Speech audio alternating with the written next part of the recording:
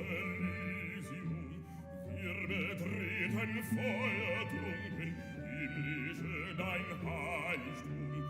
Deine Zauber binden wieder, was die Mode streng gekeilt.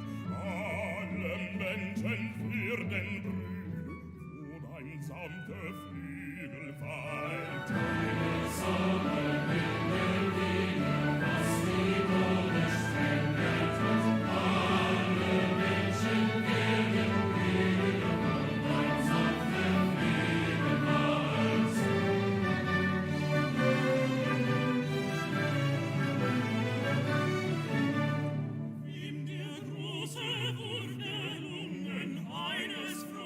Freund zu sein,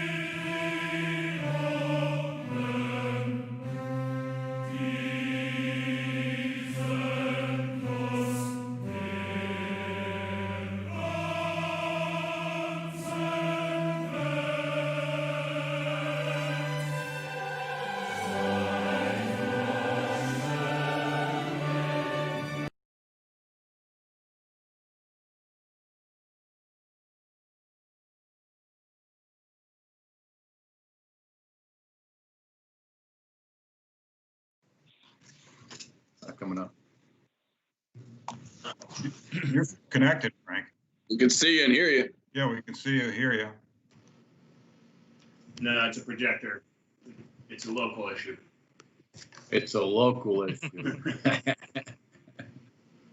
That sounds like a euphemism for operator error. No, but I wasn't even here when it happened, Rob. Believe me. I do make a lot of operator errors, but not this time. The audio is now live to the public. I make no operator errors, and I haven't in the last 6 years.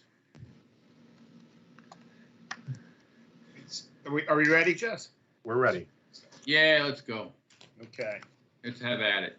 Welcome to the Manasquan School District Board of Education Combined Committee of the Whole meeting and regular public Board of Education meeting for July 21st, 2020. Due to statewide prohibitions of public gathering, this meeting will be held virtually and streamed live to the public. Please visit manasquanschools.org for information on how to view. Call to order, 48-hour notice, opening statement.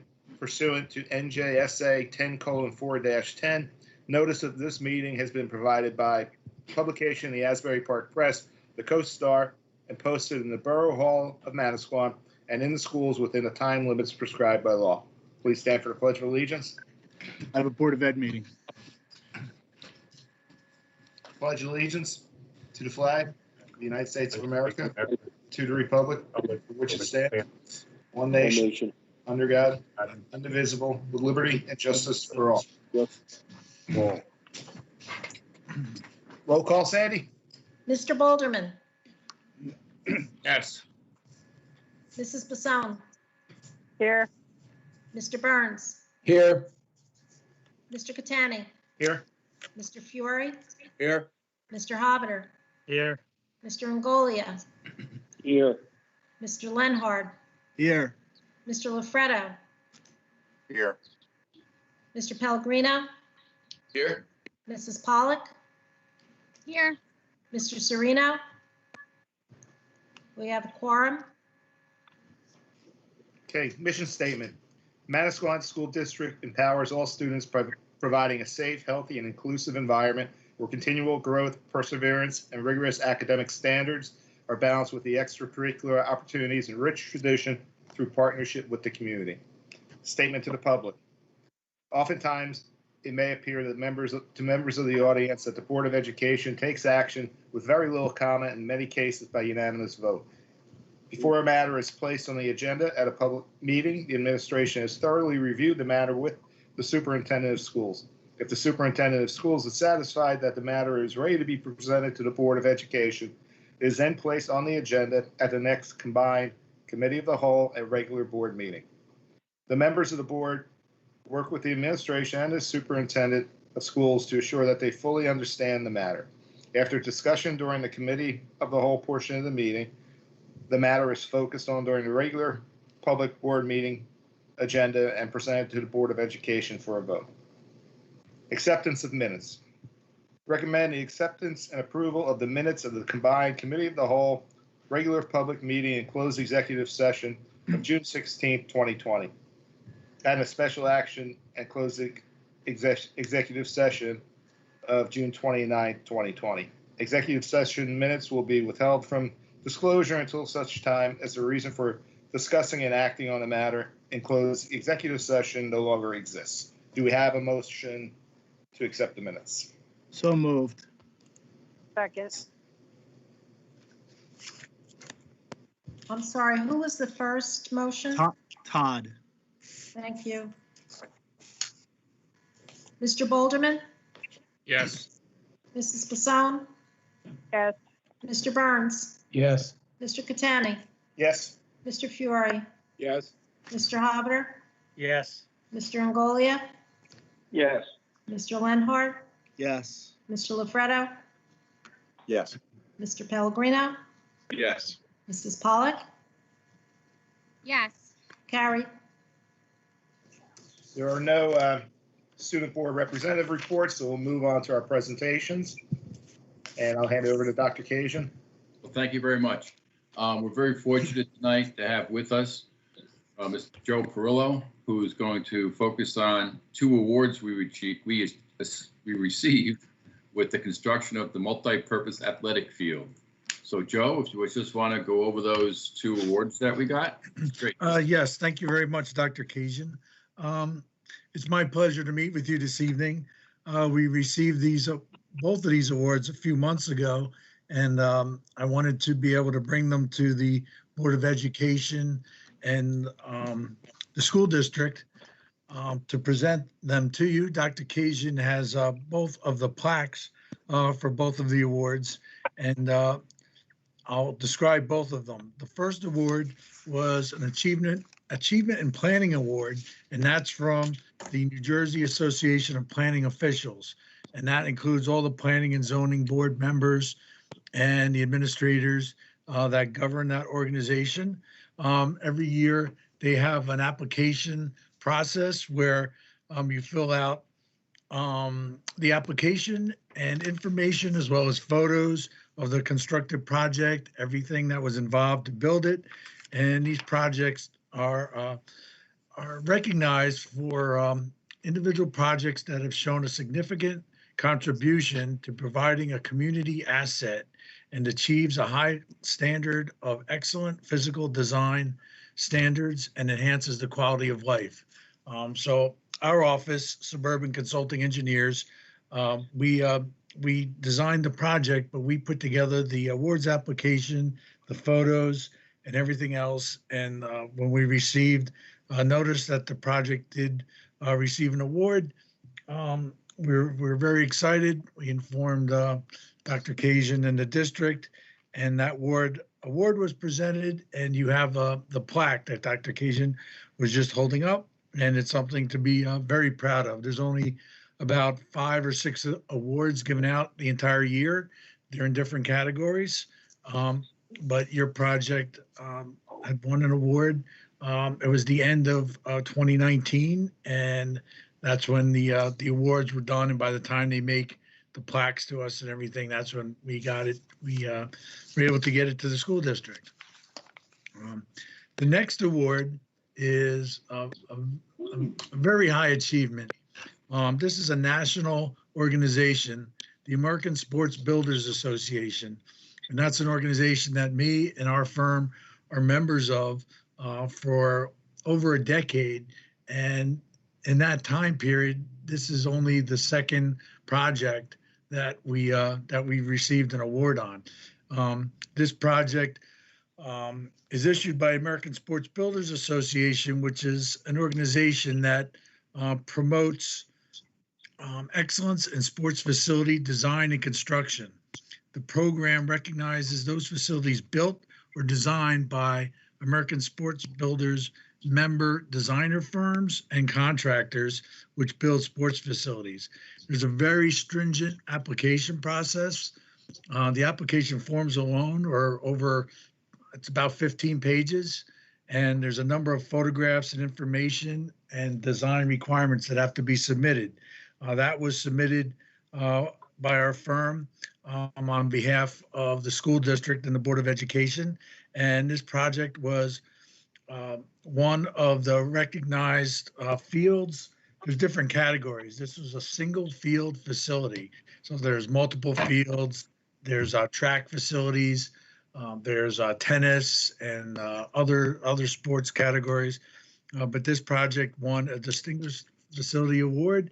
It was recognized by the organization in and I can get you, I forgot to bring these when I met with you, Dr. Kajan, a brochure which notes all the different categories and projects throughout the entire country. This was a distinguished facility, and out of all those distinguished facilities, they picked one, which is a project of the year. Although we did not win a project of the year, we're very proud to be recognized with a distinguished facility award. So it's in the brochure. It's also on the website. If you go through awards, sportsbuilders.org, and you can go through the awards program and see the previous facility year winners, and it lists Manasquan High School lower field. We're very proud of this award, as well as I'm sure the school district and Board of Education is as well, and just as well the athletes, students, and educators, and physical education instructors that one day soon we'll get back out there and make excellent use of the facility, as well as the community members that have been able to use it. So with that, I'd like to thank you all for your time, and again, the opportunity to work with you on that outstanding field project. And we're very proud of it, and I know you are too. So go Warriors. Well, this speaks to the quality and due diligence of the professionals that we surround ourselves with. We have two of them presenting tonight. Building projects, it's been my experience, can be troublesome. And Manasquan, for my tenure here, has been very fortunate because we've been able to navigate through those projects with little or no difficulty. And I do remember the days when Tom and I sat in this boardroom, and Joe, we called you and we let you know that, first of all, an Indian head had to be changed, and the color of the turf wasn't the Manasquan blue. Dark blue, right here. And it was to the tune of about $35,000 in changes. And you made sure that there. Not this one. I keep it in my office to remind me and my team every day. Well, I want to thank you because at no cost to the school district, you had all those things changed, rectified, because we did have those, the go-to blueprints that you provided. And again, I want to thank you for that. So thank you for taking care of Manasquan and showing your warrior spirit when it was time to step up. Yep. Thank you very much. It's been my pleasure and my team and our firm's pleasure. And again, we're very proud of this project, and we'll continue to promote it. And a lot of people have a lot of great things to say about it. So congratulations to you guys. Without you as the client and making the commitment to provide the facility to the students, the athletes, and the community, we wouldn't have the opportunity to work on it. So thank you. You're welcome. Okay, now we have any comments, or can I move to the next presentation? Thanks, Joe. Now we have an update from our project coordinator, Rob Notley, regarding the HVAC, which I feel is going extremely well. And again, because of the professionals we surround ourselves with, Joe and Rob are doing a great job in the field. And there's been little or no hiccups with this project, which an HVAC project in a building could be troublesome, but it has been great. So with that, here's New Road Construction, Rob Notley. Thanks, Rob. Thank you, Dr. Kajan.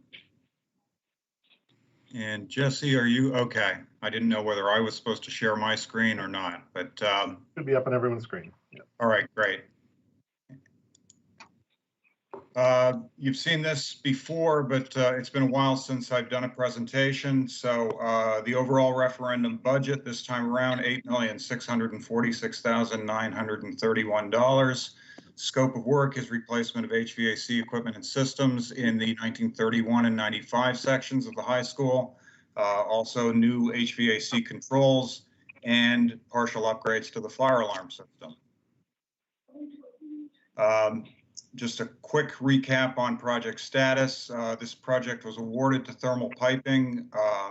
We had a good bidding environment. The project bid well under budget. That award was made to Thermal in November of 2019. They mobilized just before Christmas of 2019.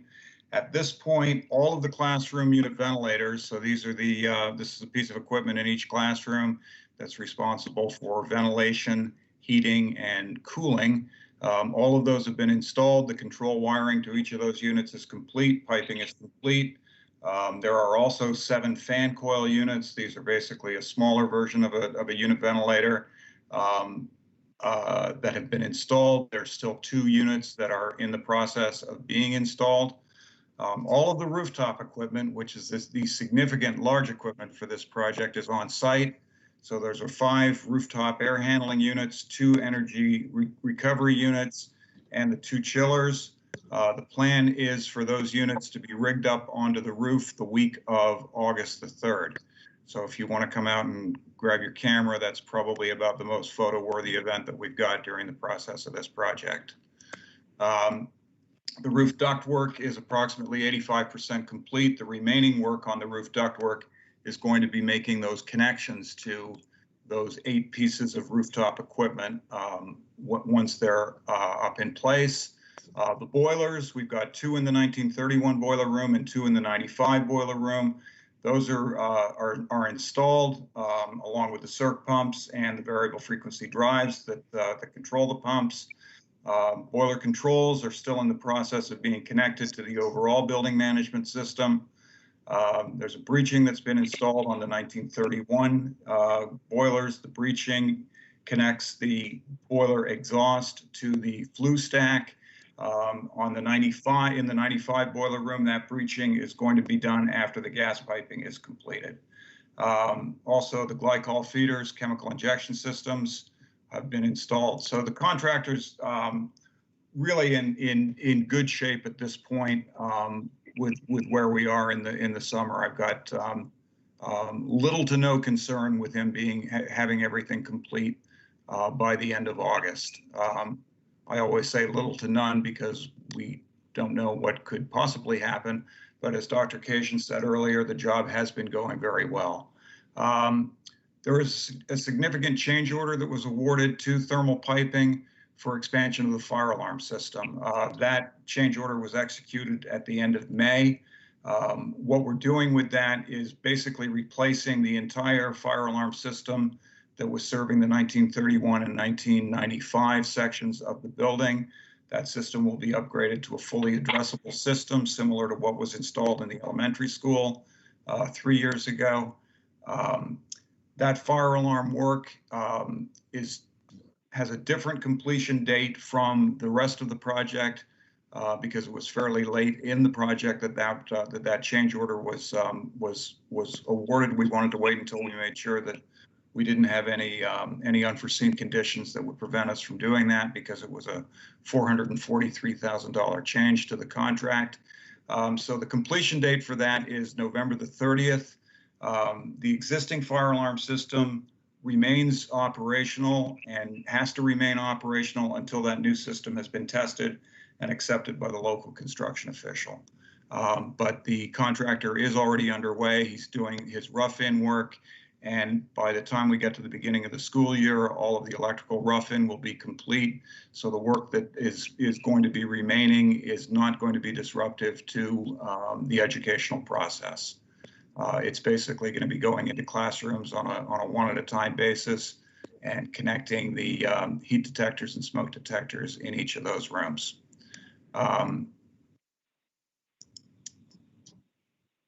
We did some other additional projects. One is the cafeteria floor. I've got some nice pictures of that coming up. That project involved the removal of 4 layers of old flooring. There were 2 layers of vinyl composite tile and 2 layers of vinyl asbestos tile. The removal of the tile was actually more expensive than the refinishing of the floor because of the abatement that was involved in getting the asbestos-containing tile off the floor. But that refinishing is now about 90% complete. The floor looks great. I've got some pictures coming up on that. Also, separate from the HVAC and fire alarm project, Tokarski and Milliman is your architect for the gymnasium renovations. We've been involved in that project. It involves new wood flooring, expanded seating for the gym. You're going to move from about 780 bleacher seats to close to 1,000, and also some minor lighting improvements. That contract is with Nickerson Corporation, $671,000. At this point, the door openings have been cut. The lintels for the new doors have been installed. The new flooring arrived on site this week. That flooring has to sit in the building and acclimate for about 10 days before it starts to be installed. And the work for this project is scheduled to be substantially complete by the end of this month. There is one component of this that will not be done, and that was actually included in the contract as not to be completed at the end of the year because we knew that there was not a chance of being able to get the bleachers until later in the year. So those bleachers will arrive early in the fall, and they're going to be installed in the 2 weeks between the 2nd of November and the 16th of November. So that includes the teachers' conference. So that should not be too disruptive to the school. Dr. Kajian and staff are already aware of that, that work is going to take place in November. Also, the Fieldhouse project is one that we've also been working with Tokarski and Milliman on. They're pretty much at the end of their design development phase. Construction documents are 99% complete at this point. That project is going to be advertised for bidding next week. Bids are to be received at the beginning of September 3rd, and then construction is expected to take place between October, I said 2019. I've got the years wrong here. It's supposed to be October of 2020 and May of 2021. I think this speaks also to the, we were able to do the new gym as well as the fire alarm system because our timing was correct. When we went out for bid, it was a very good bidding atmosphere and it was conducive to our fiscal responsibility. So our bids came in lower than anticipated. If the board remembers, when we first discussed the HVAC project and the fire alarm, we all agreed that we just wouldn't have enough money to do both. So we went out and we put as an alternate the fire alarm, and because we were in an excellent atmosphere for bidding and there were a lot of people wanting work, that it came in to a point we could not only do the fire alarm, but we could also do the gym as well, which were much needed updates for both. So I just want to remind the board how important it is to go out for bidding when the time is right. So thanks, Rob. Thank you. And the thermal piping deserves a lot of credit for us being able to do the fire alarm work because they were very aggressive in shopping the expanded fire alarm work. They actually solicited quotes from a dozen electrical subcontractors because they didn't just want to go to the electrical subcontractor that they were currently working with. They wanted to keep him honest. So there was a lot of interest in this, and I think the pricing came in very aggressive. Very pleased with the price that we got on that change order. So far, we've had 3 change orders for the project to date. One for $11,000 at the beginning of the job. That was to prepare the laydown and storage area near the stadium bleachers. The second change order was the one that I mentioned earlier about removing the multiple layers of flooring. So that was close to $56,000 to expose the original wood cafeteria floor. And then change order number 3 is the one we were just talking about, $424,000 for the fire alarm system. There's a current change order request for $58,000 for changes to the rooftop equipment support steel. This is a true unforeseen condition. In order to actually ascertain the full condition of the roof framing system, the load-bearing masonry at the roof, there was a lot of exposure work that had to take place. So this isn't one that I could reasonably expect the architect to have sussed all of this out. We are in the process of negotiating that $58,000. Dennis Ingolia. And is now exiting. there have been some other minor changes that have been charged against the $62,000 project allowance. We still have $55,000 remaining in that allowance. And our current project contingency of unencumbered funds is about $963,000. Progress photos, the one on the top left shows the chilled water supply and return piping across the roof that will eventually stub into the one of the 2 new chillers. This happens to be the one that's going to be sitting over top of the gym locker rooms. Second picture He is now joining. The new rooftop duct work for the future handling unit. New gas lines and supports for duct work are shown on the picture to the left. That duct work is now all in place. And at the bottom bottom right is classroom 112, showing 2 unit ventilators in that classroom. Not very exciting to the general public, but this is actually the main thing that we did in this project, was replacing your old 1950s era unit ventilators with new updated equipment. And I think it's very timely, given the fact that one of the concerns in the COVID and post-COVID world is going to be adequate ventilation. These units will be able to satisfy current ventilation demands with air to spare. A couple of photos here of the cafeteria. The picture on the right was taken during the close to the end of the abatement process, when they had removed the 4 layers of old flooring and just had to scrape mastic, asbestos-containing mastic, off of the wood floor. What it exposed in the upper left is this beautiful kind of a parquet style floor that's actually kind of unique, because it's made by slicing beams across, or slicing wood across the end. So you get all this beautiful graining that was exposed. The old game lines were still there from the original flooring, because those lines had been burnished into the wood floor. So the decision was made just to repaint those lines. So you can see that the floor has now been refinished.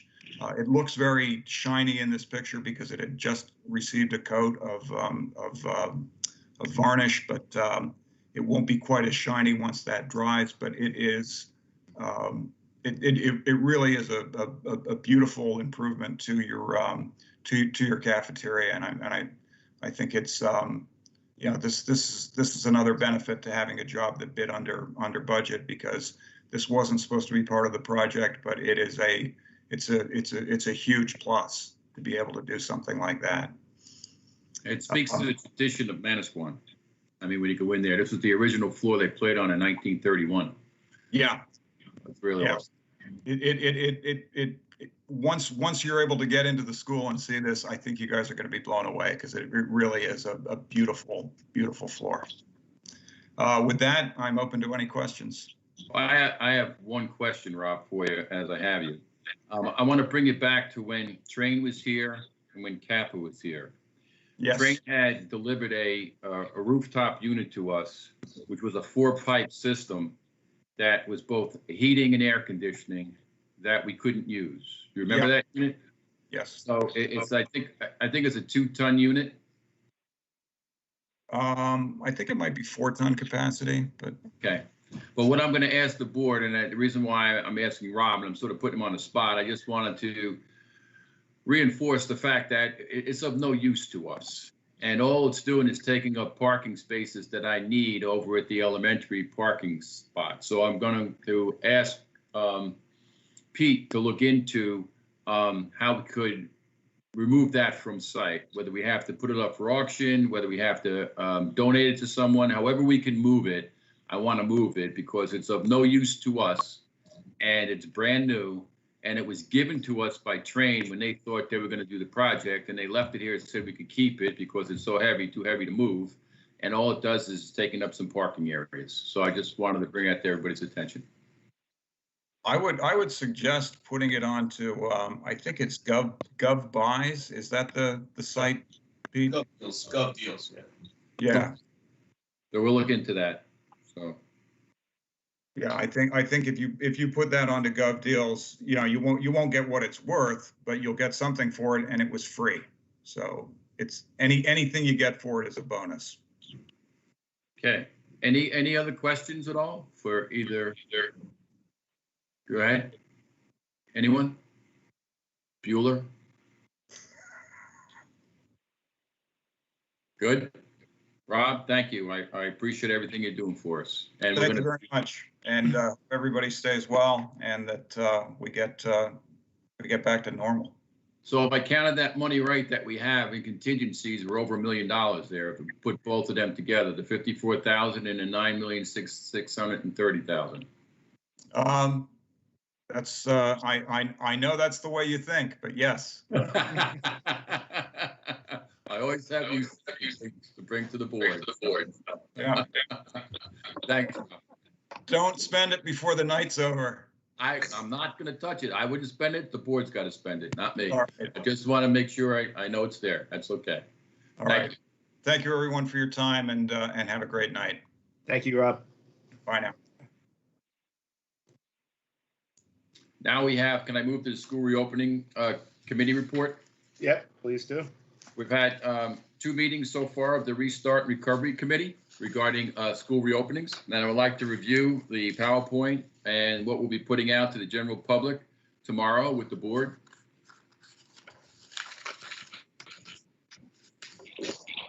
And that's our nice cover. Thank you, Mr. Place, because I think it's a very nice cover of the Manasquan Inlet. Next. And I think one of the most important, and you could read this as I speak, I'm not going to read it verbiage to you. It's very important for the community to understand that we're in transition and we have to be flexible. Right now, we're going by CDC guidelines. We're going by we have many conversations with the Board of Health, and Chris Merkel has become one of the people that's on our speed dial. He's a representative of Monmouth County for the Board of Health. He speaks to us constantly. So our plans could change as we move forward according to what the governor says and what's out there. Parents have to be comfortable sending their children to school. And if they're not comfortable sending children to school, we will give all the parents an opportunity for them to sign up for remote learning for a full semester at home instruction. And as we move through the presentation, you can see that. We did this before Governor Murphy made it a mandatory for every school district to do this, and he just did that this week. Next, Jess. These are the people who were on the Restart Committee. I want to thank everyone for their time and their efforts in putting this together for the general public. It took many, many hours before the presentations was made to take a look at 5 different schedules, anywhere from a 57-minute schedule period to a 25-minute period to full days, half days, AB days, and when it all boiled down, we came to the presentation that we have this evening. Next. Thanks, Jess. We'll be surveying our parents regarding their comfort level with returning their children to in-person school during the week of July 27th. The reason that I decided to wait was I felt it was important that parents knew what we were doing in September, what our plans were before we surveyed them.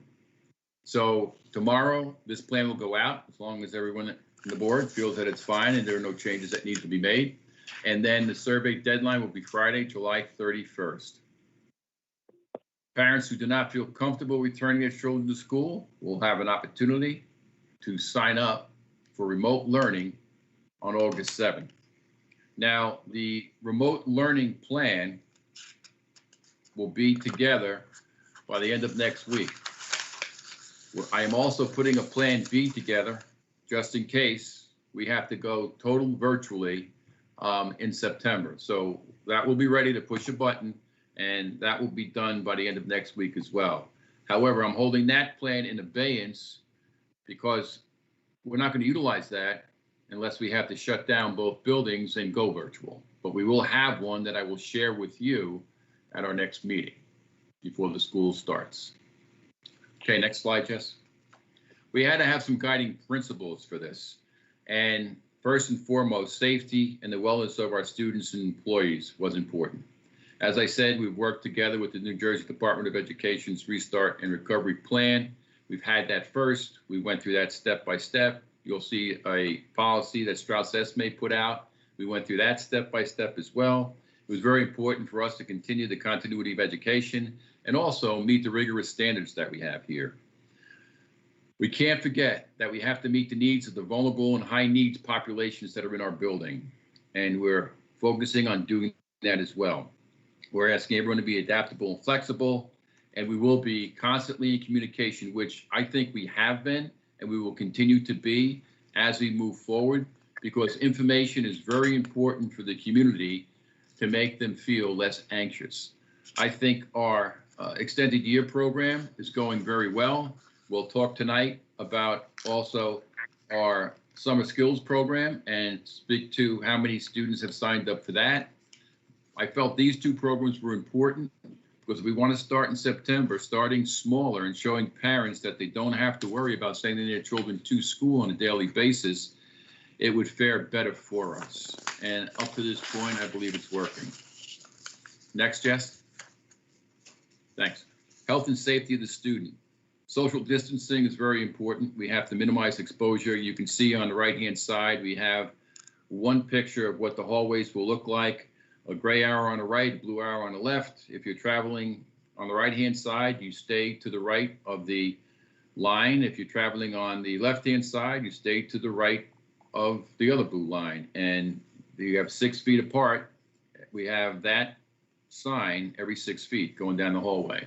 Just to remind students that they should be traveling in both directions, using our hallways distanced, and we measure them that they can be 6 feet apart. Cloth base coverings, they will be used by all students except for when they are 6 feet apart. Every classroom, we've measured the square footage. We know exactly how many desks we can put in the classrooms on both sides of the street. And if a child is sitting in their desk in either the high school or the elementary school, they are 6 feet apart. So they can take their mask off. Students have to, go ahead. There's a typo, just so before you send it out. Students must wear a face covering at all times, not fear. Man, I I will did make that. that correction. Thank you. Thanks. Thank you for that. I'll take that typo. But you know I typed this because I made that mistake. If Jesse typed this, he wouldn't have done that. But thank you for that. As I was saying, I really think that people need a break. I mean, I try to wear my face covering as much as I can, and I guess you develop a tolerance to it. But as long as the students maintain social distancing, as of we speak today, everything I've learned, I'm going to advocate for them to take their face mask off while they're seated in their desk, because we've made sure that those desks are 6 feet apart. We're removing all the furniture from the rooms except for the desks that are housing between 15 and 18 students. I don't believe there's any class in the elementary school that will have more than 15 desks. I'm looking to my left. I'm going to Pete, is that correct? 15 to 18, that might be 18. But Pete says it might be 18 in some. But there's square footage in any of those rooms to accommodate. Yeah, but there's square footage to accommodate that. In the high school, I'm pretty sure it's 15. And there are bigger rooms in the high school, but we have measured, and any superfluous materials are being removed. The learning environment is going to be different. All the items that students in pre-K and kindergarten used to be able to go to the shelves and grab and take, the level reading books, they're not going to be there. We're removing them for the first marking period because we want the biggest space we can, and we want the students in the classroom safe and secure, being able to take their masks off as they sit down and they listen to the instructions from the teacher. So that is going to happen. It's going to be a different, normal learning environment. Next, please, Jess. Hand washing is very important. Everybody who enters the school now for the extended year program goes to this hand washing station and they wash their hands coming in. We will have the Perel stations all over the high school. They're all over in every classroom as we speak in the elementary school. Students will be asked to wash their hands upon entering the building and wash their hands when they go into the classrooms. There's going to be lessons on proper hand washing and hygiene for all appropriate age students, including the high school.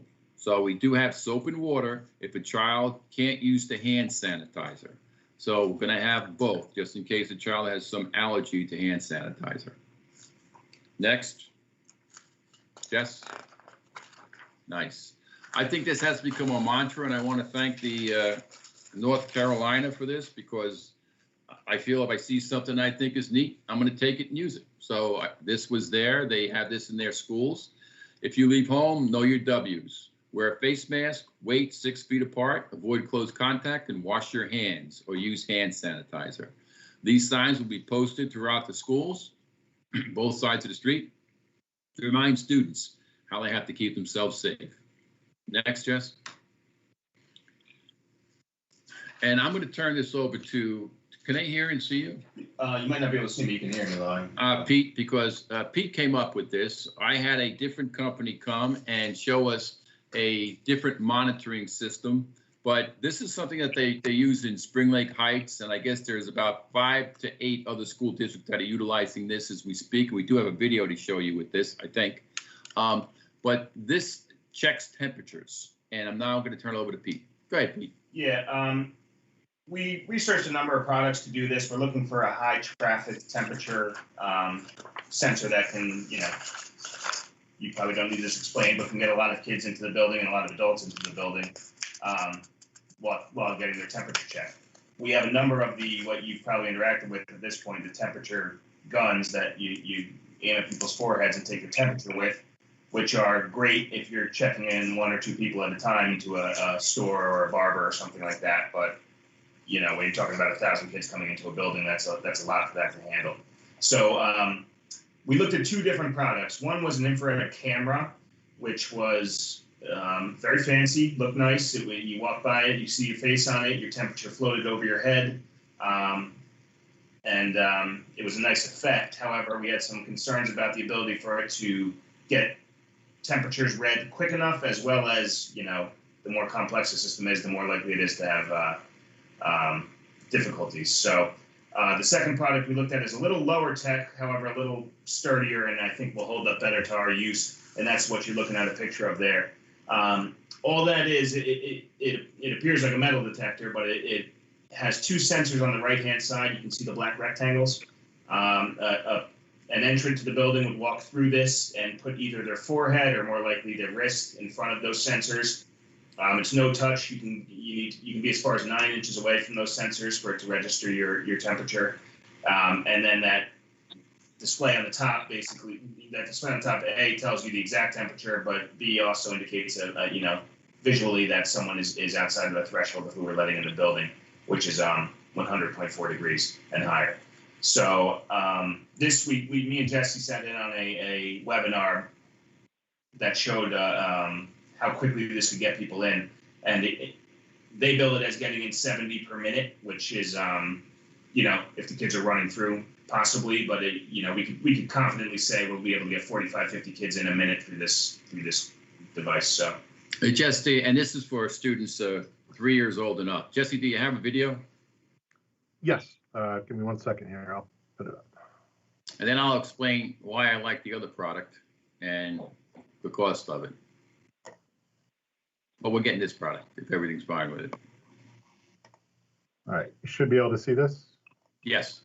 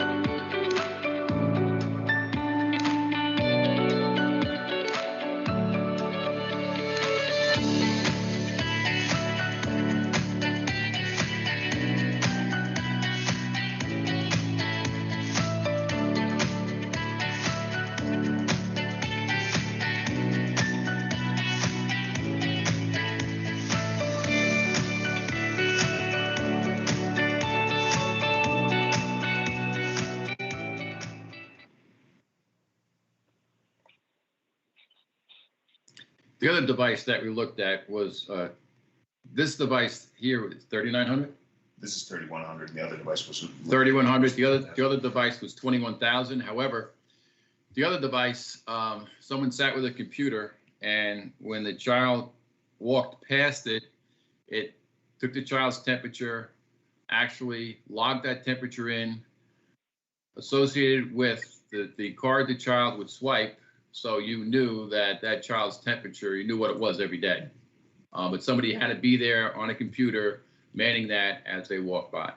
I felt when we talked that this was more fiscally responsible because our concern is checking symptoms and also having children's temperature checked when they walk into the building. And this gave that to us. And also one of my concerns was, what are we going to do with it after COVID goes away? And what we can do with both of these units, because we're only buying 2, and we're going to show you a map in a couple of minutes of entryways in both the elementary school and in the high school. These can go into the nurse's office, and when a child feels that they need to go to the nurse, they can walk in through this, and then the nurse won't have to worry about taking their temperature. We'll take the temperature for her, because I think there's going to be a post-COVID eventually, and when that happens, the things that we purchase for COVID, I'd like to make use of them in other places. So having said that, I think it's important that we check symptoms. There will be somebody identifying symptoms as each child walks into the school, as well as the teachers. And any student exhibiting symptoms will be directed to an established isolation area until they can be removed from campus. And right now, our discussions surrounding 2 tents we'll put outside that we'll use as isolation areas for those children to be removed from the building. Now, understand also, we have a lot of children that bike to school. So it's very possible, in talking to Dr. Tenen about children biking to school, that they can work up their temperatures, and they could very normally come in as they get scanned as they jump off their bike and they walk into school, that will be 100.4. Not to panic. If you take that child and say, just go sit down for 10 minutes and come back and we'll recheck your temperature, as long as we don't see the symptoms that all my staff will be trained on to look for regarding COVID-19, that child, we might find the temperature will be lower and we'll be able to go back into school. So walking to school on hot days, riding your bike on hot days can make your temperature escalate. So we're aware of that, and we will practice common sense with everything that we do. Next, Jess. Reasonable accommodations will be made for all individuals that the CDC identifies as high risk for severe illness. And they will be offered full virtual school option, as we said before, and it'll be up to the parents if they want to send them or not. Social emotional wellness is very important. In the last presentation that we had, Mrs. Kenny's focus on social emotional wellness, I think, was spot on. And she offered several programs that we'll have here through the nurses to help students and staff get over the traumatic experiences that they could be having now regarding this COVID-19. Next, Jess. Social distancing and minimizing exposure. All desks, as I said, in the classroom are 6 feet apart. There are social distancing visual indicators prominently placed in all hallways and high traffic areas. What you're seeing a picture of is what we currently are using for speech in the extended year program. And the teacher sits in the desk, the child sits in the chair. There is a plexiglass screen between them, and they practice their speech. We have masks that we've ordered that are clear masks. So I think it's important that children see the face of their teachers, and the teachers will be given clear masks so that when they smile, the students can see that. When they talk, the students can see that. Do we have them for the students as well, or just for the teachers? Right now, we just have them for the teachers. We have them for the teachers, but we are talking about what kind of masks to give the children. And if the board feels comfortable, those are the ones you want for the children as well, because they do have young adult masks that we are ordering. Let me see, face coverings. All teachers must wear their masks all day. Even though we're allowing the students to take them off if they're social distanced in the classroom, we're mandating that teachers wear their mask. Now on their prep period by themselves or they're eating lunch, they want to take their mask off, that's fine. But in the hallways and in the classroom, first of all, it shows the students good role modeling. And second, I'm very concerned about my staff. So they're going to have to wear their masks. Next, Jess. Hand washing, very important. As you see, monitoring for symptoms. We're going to have temperature checks at every doorway entering the building. There's only going to be one of those machines that you saw. In the other areas, we're going to have either a nurse with a security guard, or a staff person who volunteers to do that, screening, or an administrator screening students and staff as they walk into the building using our temperature guns. We're also going to have verbal symptom screening of all staff conducted before you come into the building. And then when you enter the building, you're going to have to wash your hands. There'll be areas where you can get the Purell, or if that, as I said before, if that's something that you're allergic to, then you can get your hands washed someplace entering the building. First day of school, we're going to train all our staff on COVID-19 symptom identification so they can effectively monitor throughout the school day. And any staff exhibiting symptoms is going to be asked to leave campus and provide a doctor's note before returning to work. We did talk about the mandating all teachers get a COVID-19 test before we start school in September. But because of the duration of time it takes to get a test back, hypothetically speaking, if we had all staff say, okay, by September 1, you have to be tested and give us a negative results, they could get COVID on September 2. Unless we were going to continually test staff, I think that would be counterproductive. So we discussed this as a committee. We came to a consensus that we weren't going to ask staff to be tested. According to talking to Chris Merkel, as well as Dr. Tenen, he feels that symptom identification is very important. And if somebody, of course, has the symptoms and exhibits a fever, then they're going to have to go home. They're going to have to get tested and get a note from the doctor to come back. So next, Jess. Operations, school nutrition, serve and go lunches will be available to all students every day. As I'm sure you know by now, we're going to have a full day on both sides of the street. Cafeteria and lunch spaces will be arranged with social distant furniture. Now, in both the cafeteria in the elementary school and in the cafetorium and in the cafeteria in the high school, as well as the media center, as well as the gym, we'll be spacing out desks so that students will have a place to sit and eat their lunch, because there's only about 3 students per table that can sit at the lunch tables. And those desks will come from the classrooms that we've removed the desks because of the fact that we have only 15 desks in the classroom. Now, we're going to have 2 lunch periods, as you'll see when we get to the schedule in the high school. So in between lunch periods, everything will be disinfected. So the next lunch period could come in. It'll be a 20-minute swing in between lunch periods in the high school. School facilities, water and ventilation systems, bathrooms will be cleaned and disinfected hourly on both sides of the street. Classroom will be disinfected during the school day and nightly. When I say during the school day, when students go to lunch, classrooms will be disinfected. So they'll be disinfected at night, they'll be disinfected in the morning if that area was utilized between the time it was disinfected at night and the day. Don't ask me how or why. If somebody was in there, we're going to disinfect the space because it should have been left disinfected and no one should have been in there. Every class, just like they have now, if you go to the extended year program, you see a clipboard on the wall. It's got a date and a time of when it was cleaned, and it's also got a list of products that were used and ways it was cleaned. That will be in every classroom, so the teacher can go in and see that, students can go in and see that, and they can feel safe and secure.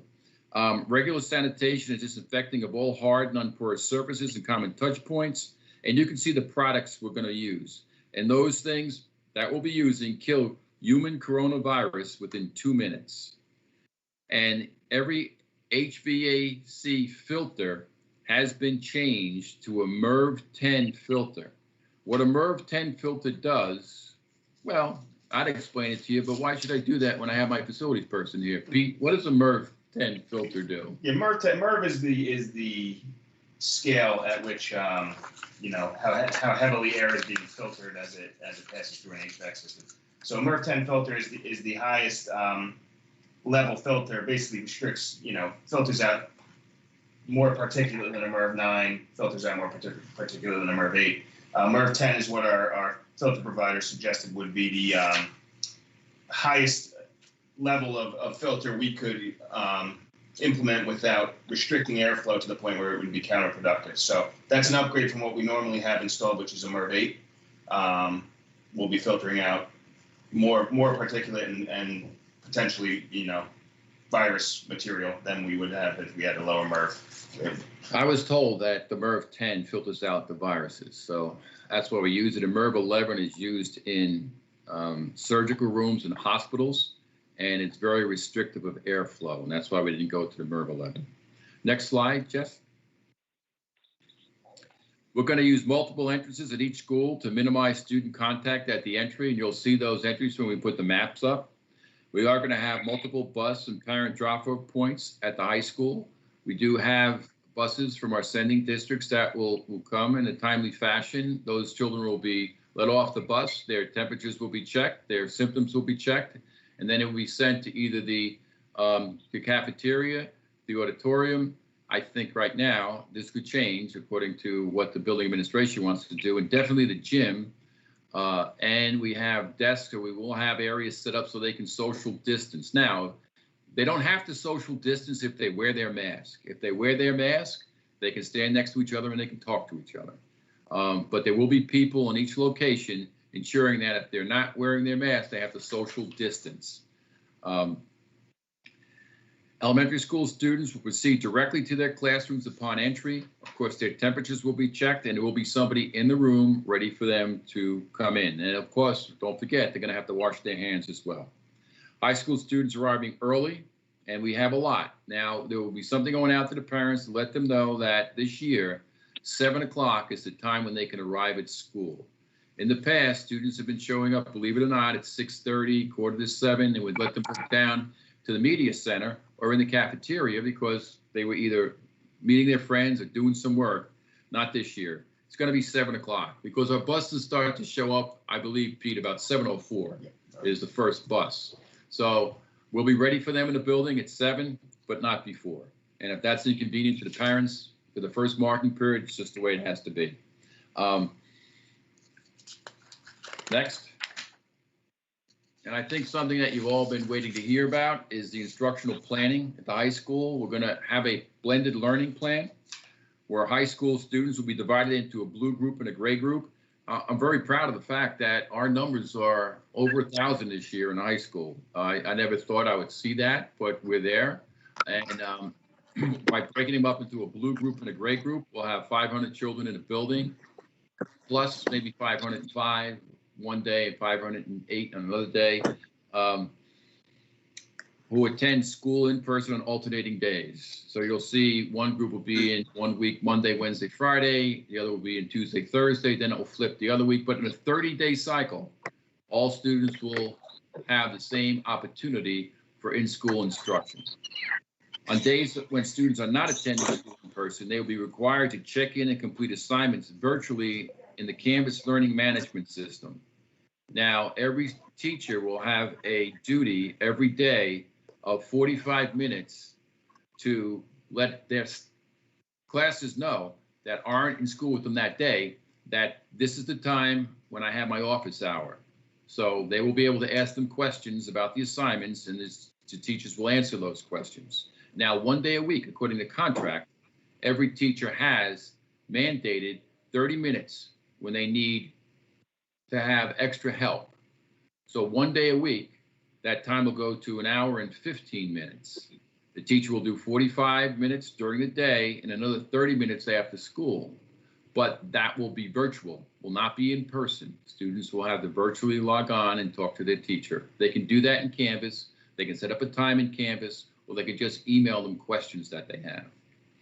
We're going to utilize that. It's right in the contract, and we kept it in the contract, thankfully, for situations like this, a modified 9-period day schedule, 8 45-minute class periods, 2 25-minute lunch periods.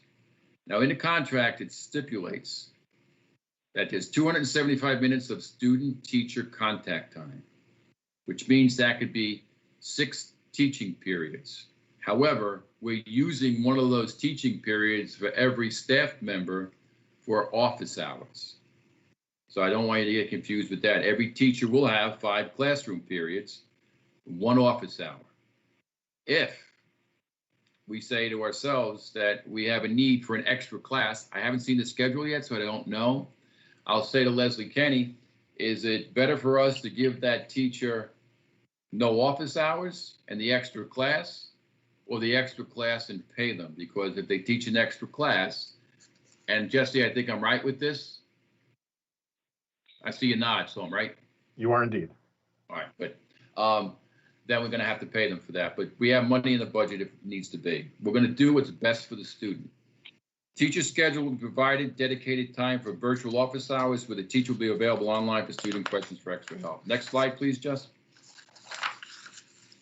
This is just an example of the alternating in-person school days. We have a blue and gray group. If the blue were the ones who would be in school first, which they will be, you can see it goes blue, gray, blue, gray, blue. So they have 3 days that week. The next week, the gray group will have 3 days in, and the blue group will only have 2 days in. And the days they're not, they're in the virtual world with the teacher, doing assignments and answering questions that the teacher will be reaching out to them for either 45 minutes or 1 hour and 50 minutes, according to what the day is. Next, this is an example of the high school bell schedule. And as you can see, school will start at 7:34 on both schedules. School will end at 2:17 on both schedules. And the reason you have 2 is to show you the difference with the lunch periods. Students are going to be split into groups of 250 because we feel it was more manageable than having one group of 500. So there'll be a lunch period that's at 11:31 and a lunch period that's 10:43. This will not impact the student at all with losing instructional time. All it does is group students in different lunch periods according to their schedule. What this also does for us, if you take a look at it, there's a 20-minute gap that's going to allow our custodians to go into the lunchroom and clean thoroughly and disinfect thoroughly the lunchroom and anything else that was touched in regards to spraying down the lockers in the hallway, spraying down banisters, anything like that. From 11:08 to 11:31, lunch spaces will be disinfected. Now, in this schedule, in my mind, and I haven't solidified this yet, I see students going to their lockers before school, during lunch, and after school. That's it, 3 times. Because then, each time, we're going to have our custodians go through the lockers and disinfect the locker banks with the guns that we have. They'll be spraying them down 3 times a day to make sure that if any virus was on a porous surface, it will be killed. Pete, am I correct? You're correct. All right. Next slide, please. Now, the elementary school instructional planning time is basically exactly the day they always have. I think it's very critical. I thought very deeply about having an elementary school on a normal instructional day in person and having a high school that was virtual, except for the students coming in once a week if you're gray, once a week if you're blue, just to be in an 8-period day with the teacher to ask questions. We talked about this, but I feel, and I could be wrong, that our community wants us to be back in school. So I felt that the 8-period day that I just presented to you for the high school was about the best alternative we could come up with for direct student-teacher contact time. And we got 45 minutes, which in a lot of places is a normal schedule. I would have been thrilled if I could have got 57, but I couldn't do that. Having said that, within the elementary school, students will attend full-day sessions every day following a normal bell schedule. However, all classes are self-contained for this full school day. Once the children go into their classroom, They're with those children all day. The only thing that changes is going to be the teacher. Because when we get to the 6th through the 8th grades, teachers rotate. Not the same teacher will have them. It's still different in our pre-K to 5. So special subjects and interventionists will no longer pull students out. There's not going to be a group of students going down to Mr. Kirk's computer lab. No, Mr. Kirk is going to bring his computers and his lesson to the classroom. Everything's going to be pushed in because inadvertently, if something happens where we do have a COVID situation in one of our classrooms, the less that classroom travel, the better off we will be for closing certain sections of the school down instead of me having to close the whole school down. Also, you'll notice that now we have a 5th through 8th school separated by a bridge. We have 2 bridges, and I was quite clear with both of my principals that I said I don't want people crossing that bridge, because if you keep the students on one side, we might close down I'm not saying we will, but it might happen that we have so many cases I have to close down a K through 4 building, but I can keep the other building open. So we're trying to put people in cohorts and keep the intermingling limited. So when the day comes when we do have a COVID situation, we can minimize the amount of people that we have to quarantine. I'll leave it up for a sec so you can see it. Next slide, Jess. We did base this on discussions with, I said, Chris Merkel from the Department of Health, the CDC guidelines that they put out. But please understand, common sense has to dictate. We have to modify this plan as we move forward. We will modify it. And we encourage all parents to take a look at our website for the most up-to-date information. And with that, we're going to offer the next slide, Jess. When we put this out tomorrow, if the Board of Education feels comfortable with that, any questions you have tonight, I will modify. I think it's very important that the community get this as soon as possible, because one of the things I'm sure they're waiting to hear is, what are we doing for the structure of the school day? And the second thing is, how are you keeping my child safe? What precautions are you taking? Now, they're going to have a bunch of questions. So every day, I will monitor this with Jesse and Pete. We'll log on to our restart at manasquan.k12.nj.us, and we will make every effort to respond as quickly as possible. But I'm going to ask the board to give us a window of opportunity of 24 hours. We'll try to get back to these people, because I don't know if I'm going to have 10 questions or I'm going to have 200 questions. But we will make every effort to get back to people as soon as possible, because I want them to feel comfortable, at ease, and I want their children coming back to school, because we have to start. We need a safe and secure and healthy environment for our children. Questions? Dr. Kajan, the temperature checker machine, are there like reliability metrics that go with that? Liability. I can speak. Reliability, yeah. Okay. They're certified to be within a half a degree margin of error. So a half a degree margin of error. So I would think that they're supposed to be pretty reliable. But I'm glad you asked that question, Alexis, because one of the things that I forgot to do, Jesse, put up the maps so everyone can see where the entries are, and understand that the community will not be getting the map you're seeing. The community is going to get a map with no classrooms in it, because I really can't give the community what our school's infrastructure looks like. Because if I do that, it's a safety concern for me.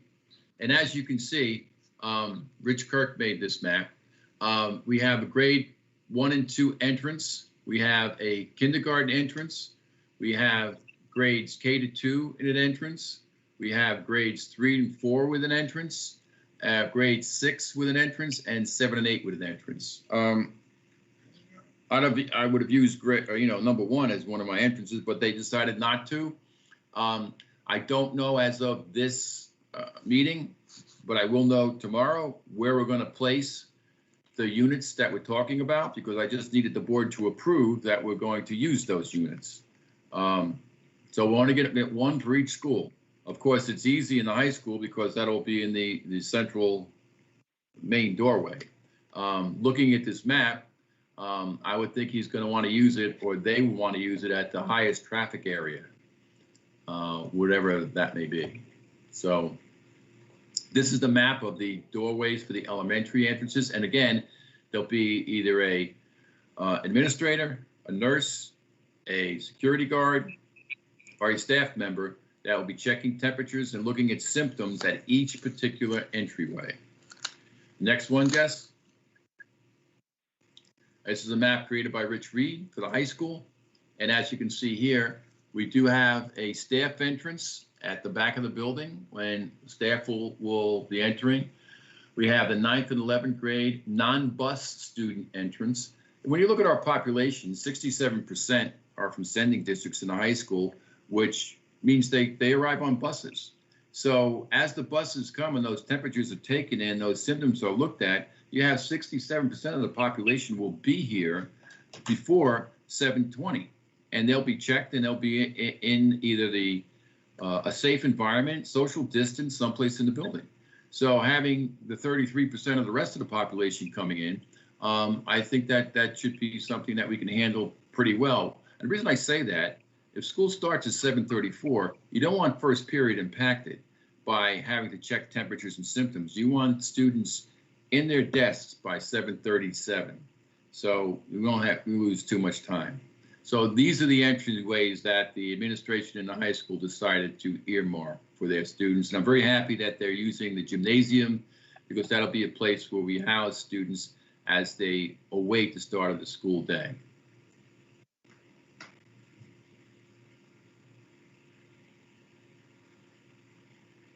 Okay, are there any questions? Hey, Frank, this is Terry. I have a question. Sure. What's our protocol when someone comes to school and either has tested positive or is showing symptoms with the people that person has been in direct contact with over the last 7 to 10 days? In discussions with Chris Merkel, the Department of Health, they do tracing. We don't do tracing. And then they tell us, the students, that they had traced. So we'll know if there's any COVID-19 students, but that's got to come from the Department of Health. So are we going to allow the students that has been in that classroom to continue to be in the school building until they're traced? Okay, now if you just said to me several things, but let's look at it this way. I have a student who comes to school that I know had COVID-19, right? No, I got a COVID-19 case, Terry, in a classroom. Right. Those people in the classroom have to quarantine. In Right. that immediate classroom, they go to quarantine. Okay. Then the Department of Health reaches out to all those children, and they tell me through tracing who they've come in contact with. Then when we get those names, I have to reach out to them and send them for testing or for quarantine as well. Now that's something that I'm going to be led by the Department of Health. Okay. Because of HIPAA and a lot of other things, I have to watch what we do here. Taking the student's classroom and sending that home for quarantine is the easy part. Right. It's the tracing that becomes very difficult. Okay. And those students cannot come back to school for 14 days. Right. And they will immediately go on the virtual learning platform. Okay. So Good. they don't miss a beat. Good. Got you. Yeah. Dr. Cation, what happens if you have a teacher who does not want to come back because they're afraid of getting COVID-19? Well, right now we're waiting for direction from the Department of Education. But without that direction, my answer to that teacher is that they have an opportunity, if they're uncomfortable coming back, to, and you can correct me if you've heard anything else, Pete, they can take their sick days and they can opt for a leave of absence from school if they're uncomfortable to come back. Now, the other thing that we can do, and I don't have the data yet, that teacher could become my virtual learning teacher in the high school, because it's very possible that I might have students in the high school that parents aren't comfortable sending them back. So we have to take a look at how many students are not returning to school, how many staff are saying what you just said to me, that, Todd, they're uncomfortable coming back, and without having me tell them they have to take their days, they can then become the virtual teacher from home and teach those children. And what I would like to do in the elementary school is do that by grade level, seeing how many parents to give us the data coming back, and doing by subject area in the high school. I want my algebra teacher teaching algebra. I don't want my social studies teacher teaching algebra, if you know what I'm saying. So there's many different ways we can look at this, but I need to get the data first. If we're lucky, I'll be able to have enough numbers for teachers uncomfortable coming back and students uncomfortable coming back, where we can set up cohorts on both sides of the street for a virtual learning platform.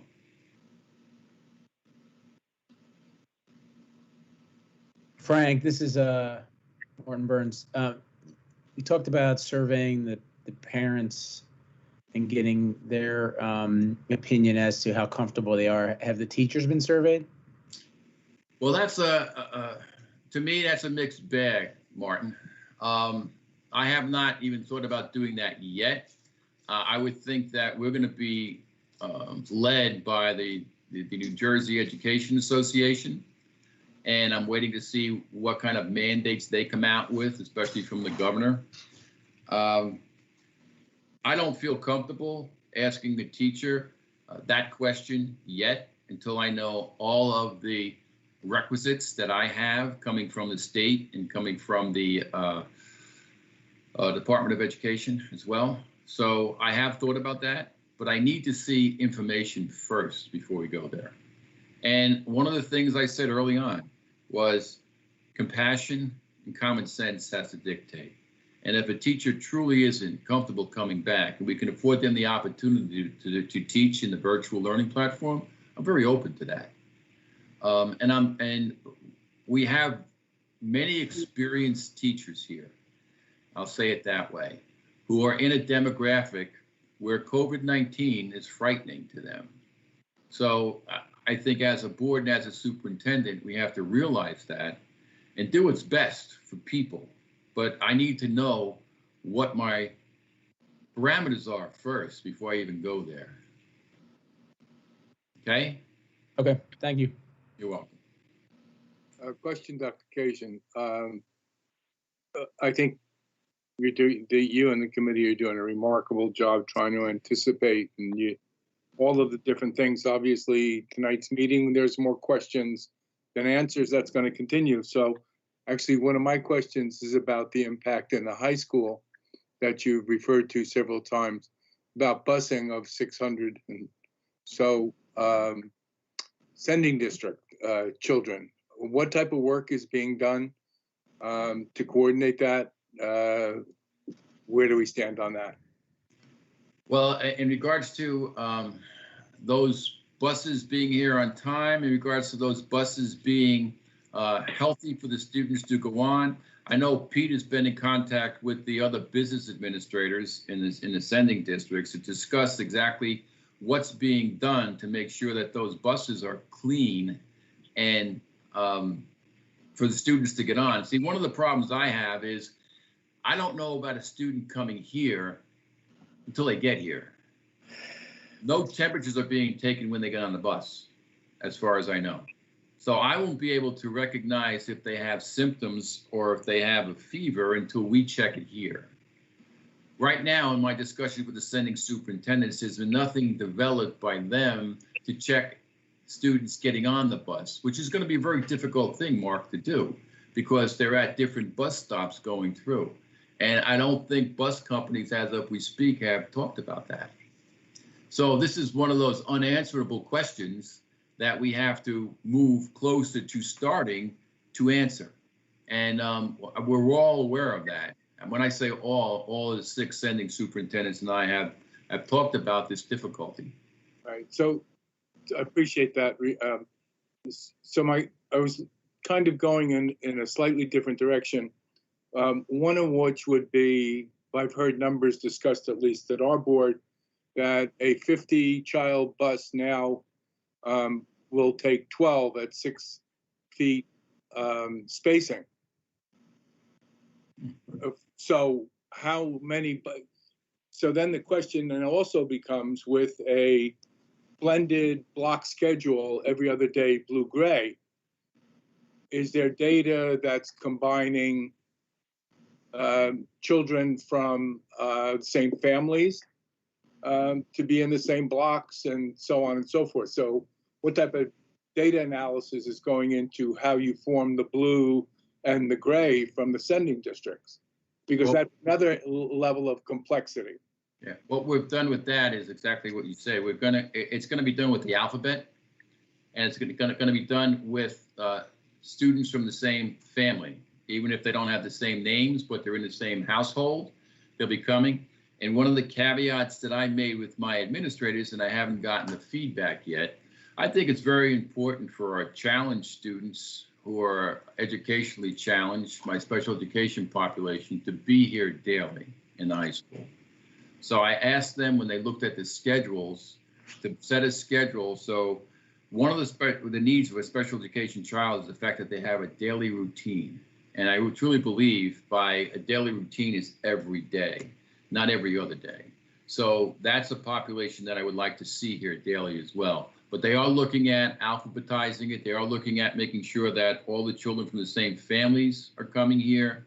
And hopefully that our special education population will be able to be here on a daily schedule.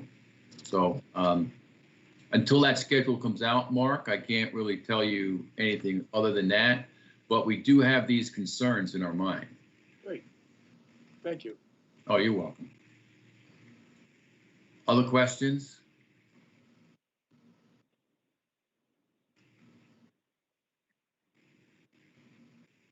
No, I just reiterate that it would have been much cleaner for us to do a total virtual environment for the high school, having students come in blue-gray Monday and Wednesday just for an 8-period day to talk to the teacher. However, I don't think it would be something that our community would have accepted, as I think they will accept being offered the opportunity to come in 3 times a week for their students, and then virtually 2 times a week that we're offering them now. So if we have to go virtual, we'll be ready to go virtual. Just the way we were ready to go virtual last year, but we'll be able to do it in a more efficient and effective manner because of the training that our teachers got both on the job and now with the professional development that we're planning early on in September. So can I move to the Equity Committee just quickly? Yes. Well, good. Okay, thanks, Gene. The Equity Committee met last night and with our introductory meeting. And Jesse, is it possible for the board to receive the PowerPoint, not now, but tonight or tomorrow, that we had for the Equity Committee so they can see it? Sure, no problem. All right, thanks. And you need a mission. And as we talk tonight, our mission statement talks about an inclusive environment for children. So that's all about equity and tolerance right there. And what we wanted to focus on in regards to our mission as an equity committee was to identify critical areas of focus by collecting data and evaluating existing programs through an unbiased lens. So the whole focus of our equity committee is to take a look at collecting data so we can focus on the programs that we have and see how diverse, tolerant, unbiased they truly are. Maybe we'll find out that we're in a perfect place. And the year we're going to drill down and dig deeply into the curriculums and the extracurricular activities is going to be well-founded because we'll find out we are doing a great job. Maybe we'll find out we're not, we could be doing better. So I think it's fine. Every subcommittee will establish goals that ensure equity and tolerance prevail in our school community. and they will create action plans to achieve identifiable goals. Now, I really believe in process and procedure. I hope that is shown through in the last 6 years that I've been here. And if the process and procedures are effective and efficient, then your outcome is going to be something well also. So our process, we will establish subcommittees for identifying opportunities for increasing equity and tolerance in the following areas. Understand, we have 29 staff members who have volunteered to join the equity committee, which I think is awesome. Outside of the equity committee that you have as a board. We will be doing curriculum audits of humanities, which encompasses English and social studies, the STEM environment, which encompasses engineering, math, technology, and science, and the arts. We'll also be looking at our at-risk populations. What classes are our at-risk populations taking? What are our subgroups taking? What extracurricular activities are our at-risk populations and our subgroups getting involved in? We have 87% of our students actively engaged in extracurricular activities. Where are they coming from? What school districts are they coming from? What are they opting to get involved in? School community, culture, and symbolism is another one of our subcommittees. And I'm going to try to take the elephant out of the room right now. Symbolism to me is not the warrior head. Symbolism to me digs a lot deeper than that. There are a lot of other symbols that we can look at when we're talking about tolerance and diversity. The warrior head just seems to be something that people are latching on to now and focusing on because it is so apparent and it's easy, but there's a lot more to be talked about in regards to symbolism in an organization. And also extracurricular involvement.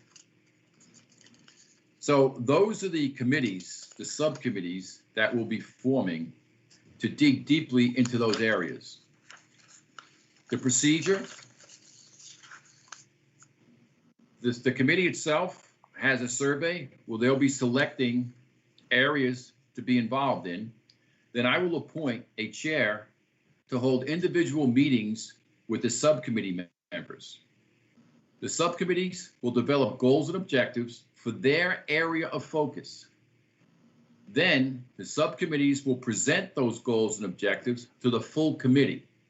No goal or objective becomes something we're going to look into unless it's accepted by the full committee, then presented to the Board of Education Equity Committee for sanction. Once that's done, those goals and objectives, which reflect the mission of the district, will be sent back to the subcommittees to develop action plans for implementation. The subcommittee action plan, once developed, will be presented to the Board of Education Equity Committee for approval. Then the Board of Education Equity Committee will take it to the board, not the subcommittee. The Equity Committee from the board will take that. So there's several layers here, but it all settles at the Board of Education level for sanction and approval. And everybody heard this last night. Now, if you can go to the, oh, you can't go to the next slide, but I made it very apparent that the goals we're looking for are SMART goals. Any goal that's developed by a subcommittee has to be specific, what they're going to do, measurable, provide a way to evaluate it, achievable. Is it possible to accomplish and attain? It's got to be relevant. It's got to make sense with our mission statement here. And it's got to be time sensitive. It's got to be something that we can start when the committee is done. We set the purpose last night. The goals will be developed by the subcommittee with the sanction of the board's diversity committee, and then the objectives, and then the action plans. We have a suggested timeline that I presented last night. Now, this is a marathon, not a sprint. If you truly want to attain systemic change, if that's what's needed here, once we dig deeply into the areas we're looking at, it's going to take time and it's going to take hard work. The committee's got to roll up its sleeves and get started. Following the meeting last night, a subcommittee preference form was sent to all committee members. From the preference form, subcommittees and chairs will be appointed and announced by Friday, July 24th, 2020. The subcommittees will hold meetings prior to October 2nd. That's not saying that there won't be a general meeting of the whole committee before October 2nd. There will be, as a matter of fact, there'll be 2 of them. But it's going to be up to the subcommittee chairs to run their meetings and be done by October 2nd. Then that week we'll have a full committee meeting, October 5th, and the subcommittees will report on the recommended goals and objectives, which the committee, full committee, will choose the ones they feel are applicable and then take those to the Board of Education Equity Committee at the end of October or November, according to when Gene's committee wants to hear them. So that's the suggested timeline. I'm hoping that by this time next year, we have curriculum being written for areas that we found needed some tweaking, changing, new classes, new courses, or new programs being developed for extracurricular activities that were felt needed attention. So that's a quick synopsis. Donna Basone is Hi, now Donna. exiting. For our equity committee. Now you'll get the PowerPoint. Does anybody have any questions? I know it went over quickly, but I was very happy with the committee last night, the questions they asked, the enthusiasm they showed, and the mere fact that I have 29 people who are volunteering to take a look at Manasquan's organizational composition, I'm really enthused about. So, Hey, Frank, are you sure the form, the subcommittee selection form went out last night? Because I don't recall receiving that. all right, and we got the guy who sent it out right on the call too, so I could look down to my left-hand corner and say, "Hey, Jess, what's up with that?" Just to clarify, that went to employees who are on the committee, because it was my understanding they would be the ones on the subcommittees, but we certainly could invite the board members who are on the committee also to those subcommittees. Well, that's a great question, Gene. As the chair of your committee, do you want your committee on the subcommittees? I think if they want to be, they should be allowed to. The idea, though, the original idea, Martin, was to let them really do all the legwork and then bring it back to us in a nice package. And we could either accept it or send it back to them. I appreciate your bureaucratic lens, Gene. That was great. I loved it. So, Martin, you okay with that? I'm good with that. All right, thank you. Any other questions?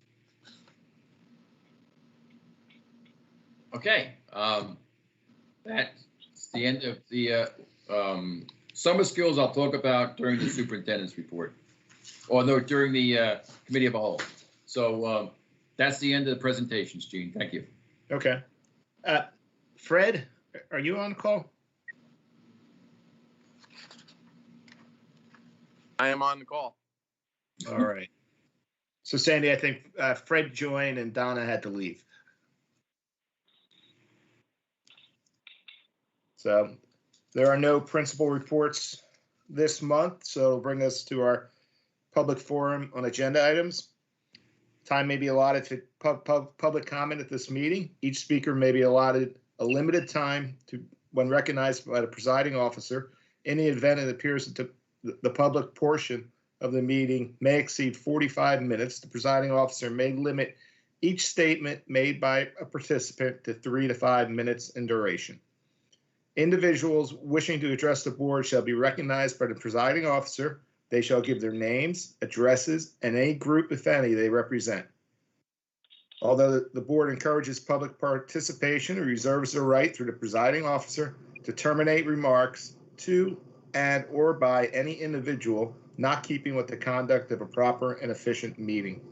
During the public participation portion of this meeting, the board will not respond to questions from the public involving employment, appointment, termination of employment, negotiations, terms and the conditions of employment, evaluation of performance of, promotion or disciplining of any specific or prospective or current employee. This public forum is limited to comments, to comment on items included in this agenda only. Pete, do we have anyone?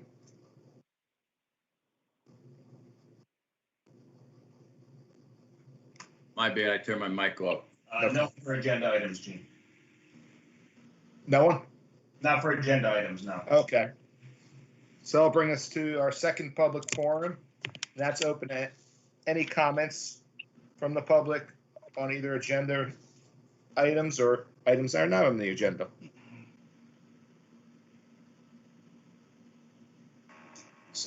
Sorry, Gene, we got some technical difficulties. We do have some members who have indicated they'd like to speak on items not on the agenda. Okay. So call them one by one. There are 11 in total, and we're going to call them a little differently. We're going to call them within the meeting. So bear with me.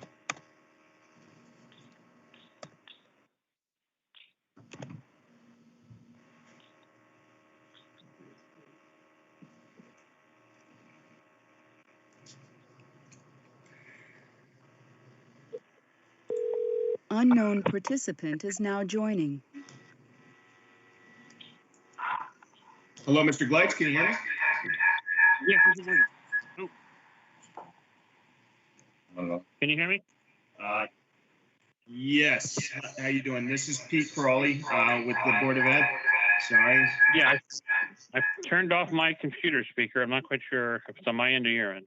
We're good now, Mr. Gleitz. I'm sorry. You're on with the Board of Ed. Okay. If you could please. Yeah, I want to, thank you for your time. Thank you for all the hard work you're doing on the COVID preparedness. I have 2 children going into kindergarten. I was very glad to hear the presentation. I am calling in I thought it was an agenda item in terms of your equity committee. But as you know, there's been a lot of discussion in the community about, like you said, the elephant in the room, the Indian head mascot and all those types of things. And I'm glad to see you have an equity committee starting and looking at these issues. I would hope that you would also include outside voices. A lot of times when an organization looks at itself and it has committees of students and professionals and teachers and everyone together, if it's everyone inside the building, it's hard to get perspective from folks on the outside as well. So I'd ask that you, in doing your research and doing your due diligence as you examine your curriculum and your iconography, those other things you talked about, that you make sure you look beyond just the 4 walls you're in. And I just want to say to the elephant in the room, I think that the time has passed for the Native American imagery to be connected to the school as a mascot. I think it's time for us we have the blue and the gray, we have the big blue, we have even the warriors can take on many different connotations from our own military history to world mythology. That doesn't necessarily have to be linked to Native American icons. And I think we've all read the paper, you've seen what the Washington Redskins are doing and many other teams around the country, both at the national, collegiate, and high school levels. It's been discussed around the state. Manasquan has been listed in some articles about a dozen schools left with this type of icon, this kind of mascot, and I think the time has come. So thank you for all your hard work. I look forward to hearing more about the results of your work. I guess that'll be in October and November. And thank you for your time. Thank you very much for your comment. Appreciate it. Mr. Crowley? Unknown participant is now exiting. Can we have the people please identify their name and their address so that we can keep track? Yeah, and any group if they're representing anything.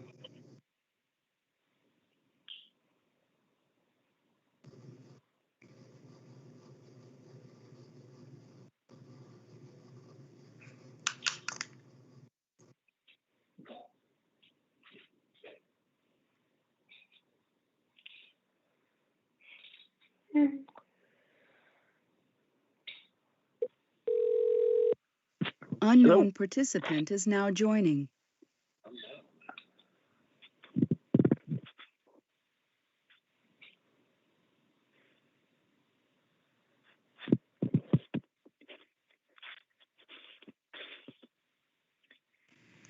Good evening, Mr. Perberg. Hi, how are you? Good. This is Pete Crawley with the Manasquan Public School District. You're on the phone now with the Board of Education. If you could introduce yourself using your name, address, and any group you're representing, and then you can give your public comment. Okay. You can go ahead. Oh, well, I just wanted to say really quickly that I'm in full support of any and all calls to Could we ask, adding excuse me one second, could we just ask your name, your address, and any group you represent, if any? Oh, sure. Yeah, no, my name is Luke Gerard Perlberg. My address is 69B Brandywine East, Brielle, and I do not represent any group. Okay, thank you very much. Of course. You can go ahead now. Well, I just wanted to say really quickly that I fully support any calls that are being made to change curriculum for the Brielle curriculum to include diversity and equity education.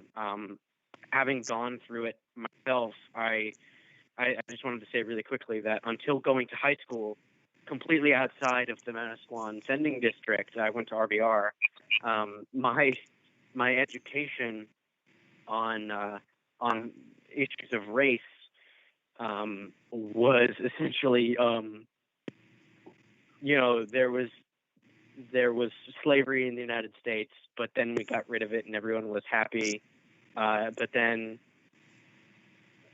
people were mad. But then Martin Luther King stopped racism. But then the last racist killed him. But then he went to jail, and everything is fine at the end. And having to kind of educate myself in the last 10 years or so has been rewarding, challenging, but certainly the education that I received in that area was, I wouldn't quite say detrimental, but I mean, it could be if paired with the wrong kind of beliefs. So any calls that are being made for change, I think would be absolutely beneficial to the education of our area of the world. Okay. Well, we appreciate your comments. Yeah, thank you. And so just to be clear, we are working on this curriculum for the Manasquan School District, not the curriculum at Brielle Elementary School. Yes. But we will continue to work on it. Oh, I'm glad to hear that. Okay. Yep. Thank you. Thank you. Unknown participant is now exiting.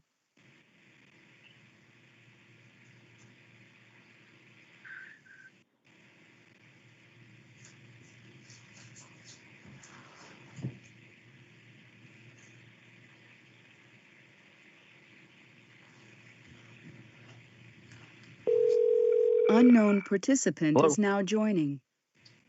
Yes, good evening, Mr. Passes. This is Pete Crawley with the Manasquan Public School District. You're on speakerphone with the Board of Education. If you could please introduce yourself with your name, address, and any group you're representing, if any, and then you can make your comment to the Board of Ed. Sure, thank you. My name is Philip Paces. I live at 19 Main Street, Manasquan, and I don't represent any groups. First of all, as the previous callers had reflected, I think we all appreciate the hard work you all have done in trying to come up with multiple plans in getting the children back to school. A lot of us have experienced this in our own jobs, and it's been obviously a difficult task. So I thank everybody for their work. I have two questions. One of them is, I realize that we're waiting for direction from the Department of Education, but I just want to ask the protocols, the procedures that you've outlined. Have these been specifically discussed with and approved by our current union rep for the Manasquan School District? So the union rep was involved in the reopening committee. So is that a yes? Yes. There an approval of, because what I'm looking at is there are a lot of specific policies and procedures that you've put in place, which quite frankly I agree with in bringing the students back to school. But unless we have the specific buy-in, the concern is that if and when there's a positive child, or if they're not fully engaged and approving in the outset to what's been put forth, then we're just going to have obviously major issues very early on. So I assume if they were involved, that they're an approval with the what's been put forth tonight. Dr. Kajian, have you had any other feedback from them? I guess I just want to reiterate, Gene, that this is for comments. Yes, I know. Not questions. But anyway, we collaborate here. I would not put anything forward if not all the important pieces were made aware of exactly what our plans are to move forward. So they were involved in the conversation. Oh, great. Okay. My second question is, as it was outlined, that if somebody had asked the question on the board, if somebody were to come back positive in a classroom, what the procedure would be. And it was outlined that all the children in the classroom would be then quarantined and sent home for 2 weeks. So I'm just kind of a little confused, because if everyone is socially distant, wearing masks when they're within the 6 feet and not exposed for more than 10 minutes to who potentially was positive, why would the entire class be sent home? There doesn't seem to be any scientific evidence out there having that to occur. So let me just say this. This is really a public comment period. It's not really a question and answer period. But all right, then I'll make a comment then, Mike. So go ahead. yes, I'm sorry. I'm writing that down. Your comment, your concern, and we will consider it for discussion. But if I may, when are we allowed to ask questions? If I may, the reason that's being done is because, and sir, just understand that comments are to be made, and I will, if you sent me a question once the plan goes out, we're going to have an email address for you to ask any questions. But understand that we're in direct connection with the Department of Health, and that guideline has been given to me by the Department of Health. And when I started tonight, flexibility is the key. Things change daily. Possibly now, the Department of Health, I mean, you made a profound statement about the distancing and the 10 minutes, and that just recently came out. When I discussed this with the Department of Health, our plan, the answer that Chris Merkel gave me was that cohorts of children, if there is a COVID-19 case in a cohort of children in a classroom, the entire classroom has to quarantine for 14 days. That might change by September, but as of now, that's the direction we got from the Department of Health. Okay. Well, yeah, thank you for your time. And again, thank you all for all the work you put into doing this. Yeah, if you have more questions on that, when the reopening plan is available online, there's an email address that you can address all your questions to. Okay, great. Thank you very much. I appreciate it. Thanks for your time. Have a good night. Yep, bye now. Unknown participant is now exiting. For the record, the first speaker who was experiencing some feedback at the beginning of the call was kind enough to email me with his name and address. So that was Paul Galites at 223 Broad Street in Manasquan, and he does not represent any group.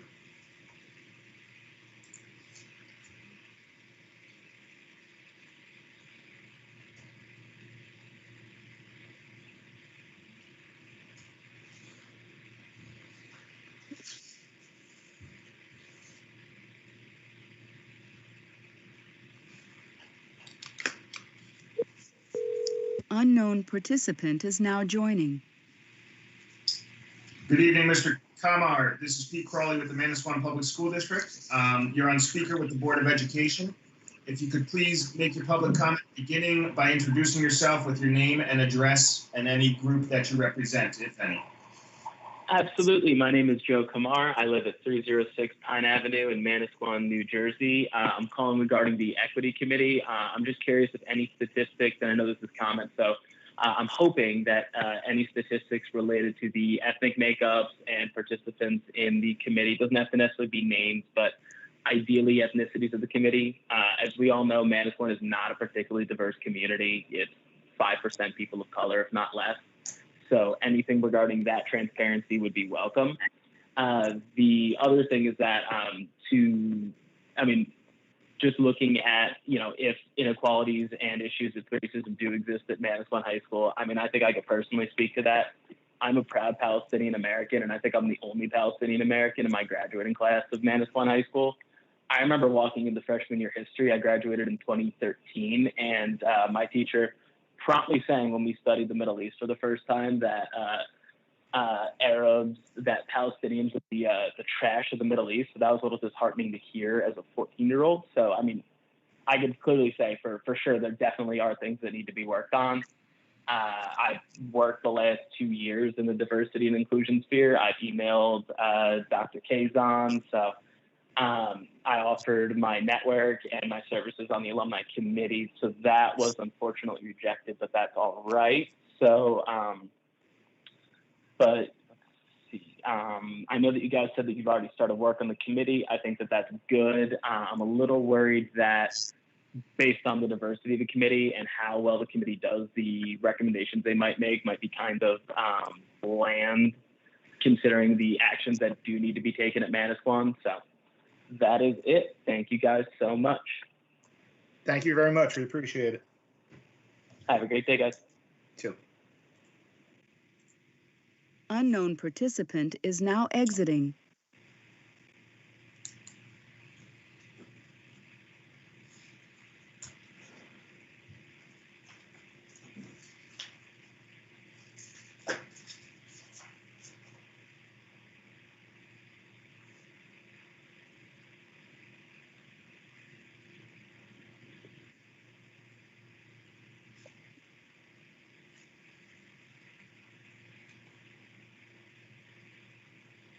Wow. I need a box of coffee.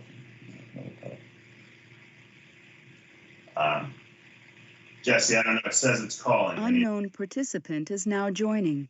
Here we go. Good evening, Ms. Conforti. This is Pete Crawley with the Manasquan Public School District. You're on speakerphone with the Board of Education. I will do my best to get back to you shortly. Have a wonderful day. Unknown participant is now exiting.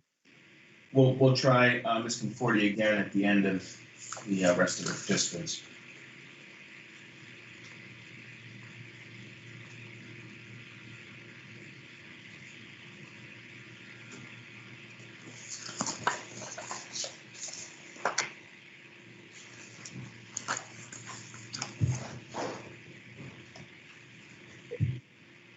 Unknown participant is now joining. Good evening, Ms. Wayne. This is Pete Crawley with the Manasquan Public School District. You're on speakerphone with the Board of Education for the public comment. If you could please introduce yourself with your name, your address, and any group you represent, if any, you can then make your comment. Yes. Hi. My name is Deborah Wayne. I am a mother of 2 students in the district. I'm sorry, can you hear me okay? Yes. Okay. First of all, I want to thank everyone for all their hard work during these unprecedented times, providing continuity and education for our students.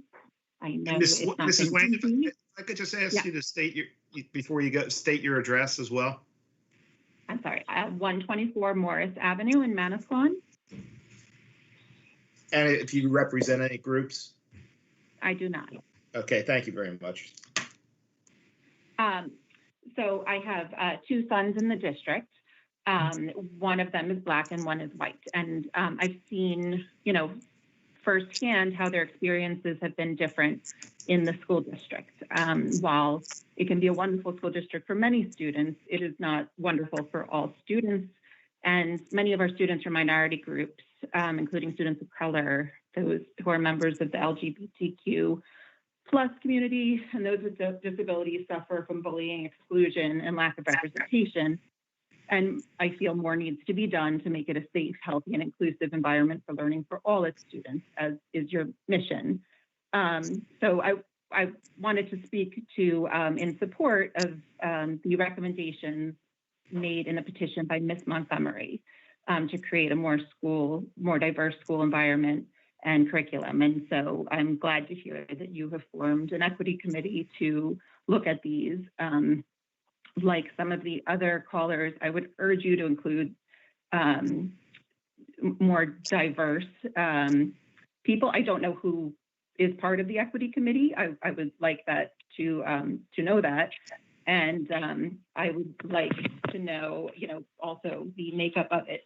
And if the people represent diverse backgrounds and are members of minority groups or marginalized groups, or are perhaps experts in the field. Again, Manasquan is mostly white, and these areas have not been addressed by the staff or the board previously. And I think if they're going to be addressed, you should do it right from the beginning. And I would hope that you would include experts from outside the school in looking at these, what needs to be changed, and in making those changes. I would also hope that you would include the stakeholders in your committee, including the students who are parts of minority groups and their parents. So in addition to her recommendations, and as part of the equity committee, I would also suggest that you look at hiring a more diverse staff, because representation it matters and can impact one's learning and one's future goals. I'm glad to hear that you are looking at extracurricular activities, and I would suggest you develop a union for students of color so that they have a safe place to come together to discuss their challenges and celebrate their identities. I also think a group for LGBTQ plus students would be helpful. I also would like to see the school make celebrating differences a priority from preschool through high school. And I believe that this can change the culture and the climate of the school and make it more inclusive for all the students. And I also believe it would decrease some of the bullying that happens in school. And I think that our students would be better prepared in a more, if they learn more about diversity, they will be better prepared for the global society that they will enter and the various groups of people that they work with. So again, I'm happy to see that there is the formation of the equity committee, but I hope that the members are a diverse group and that they include people from outside of the school who are objective, and that they also include some of the stakeholders and people who are parts of the minority groups in Manasquan. And I hope to see some positive change in the school district for these groups. On a final note, I also do think the time is way past to change the mascot.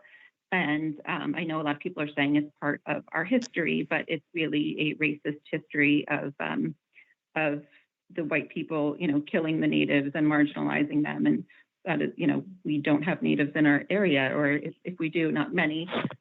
So it is not honoring them in any way. And the mascot needs to go. And I personally would suggest the big blue wave, as it's gender neutral, and it's fitting for a shore town. And you could keep the big blue. So that is all. Thank you for your time. Thank you very much. We appreciate it. Unknown participant is now exiting.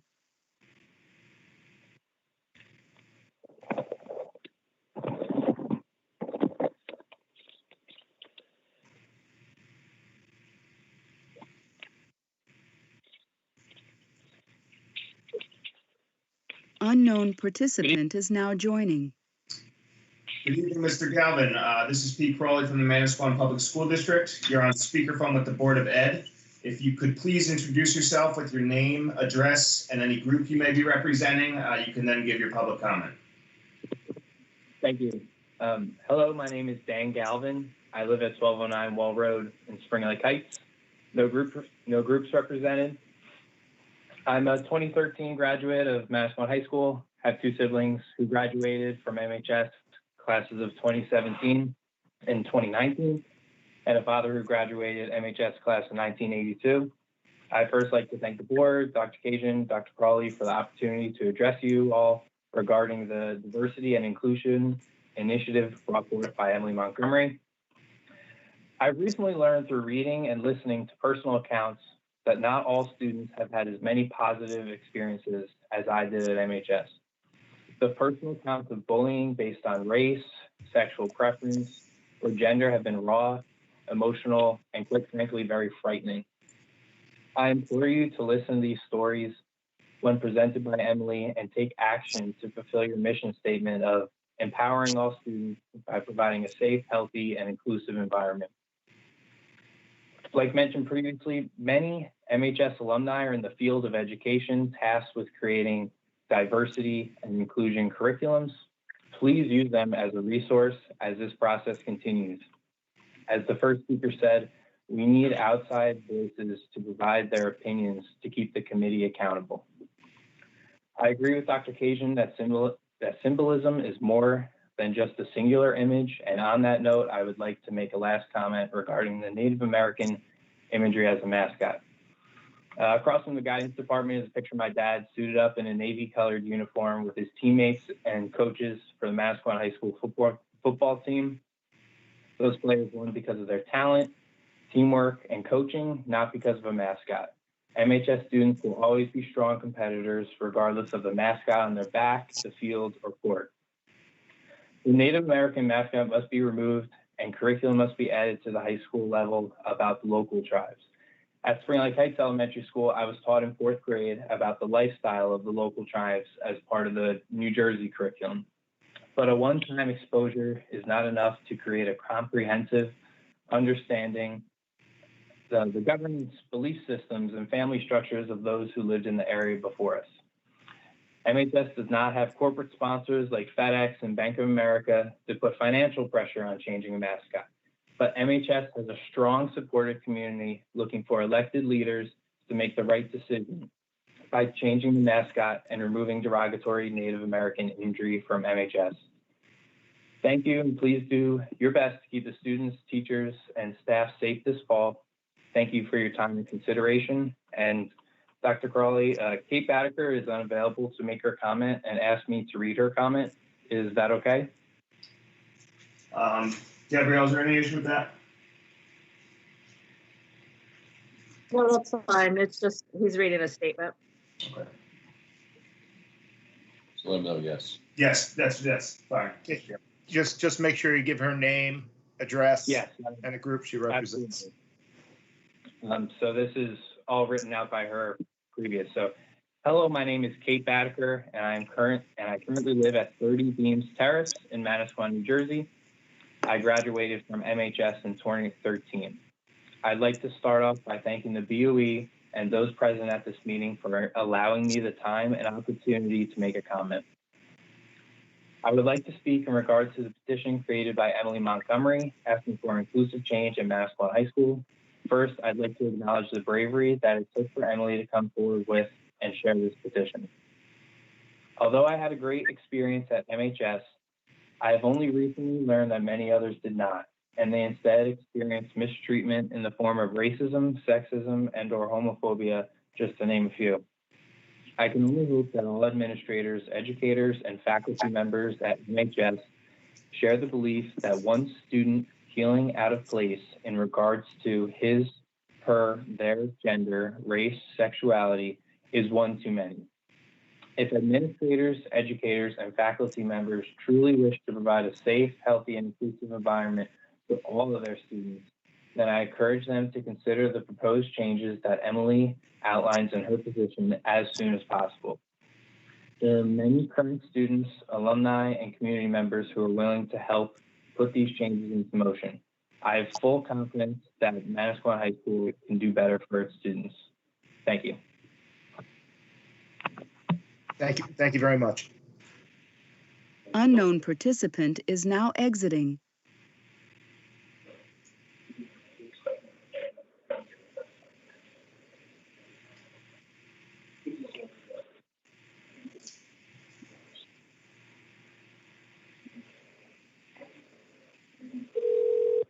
Unknown participant is now joining.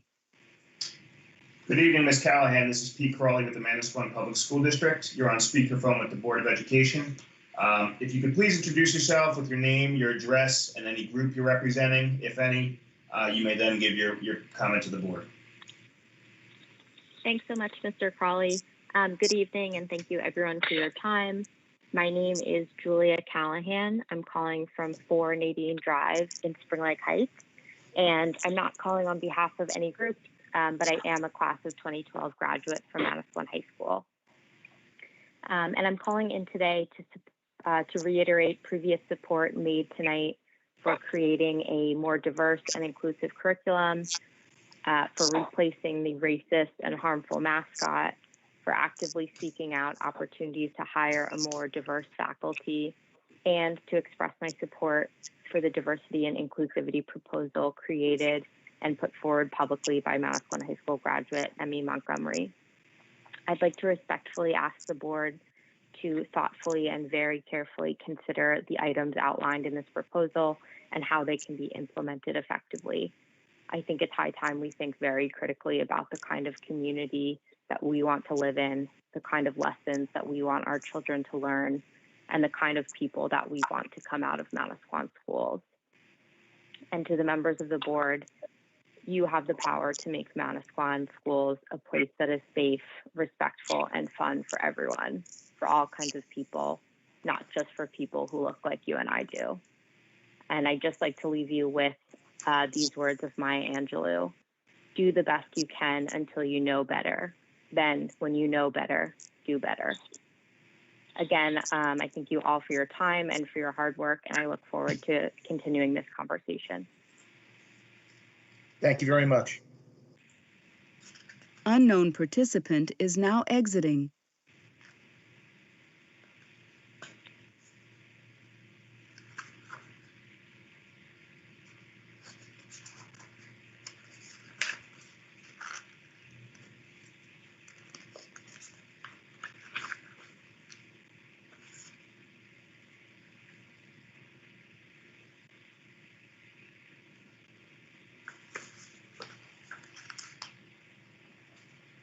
You gotta slow down.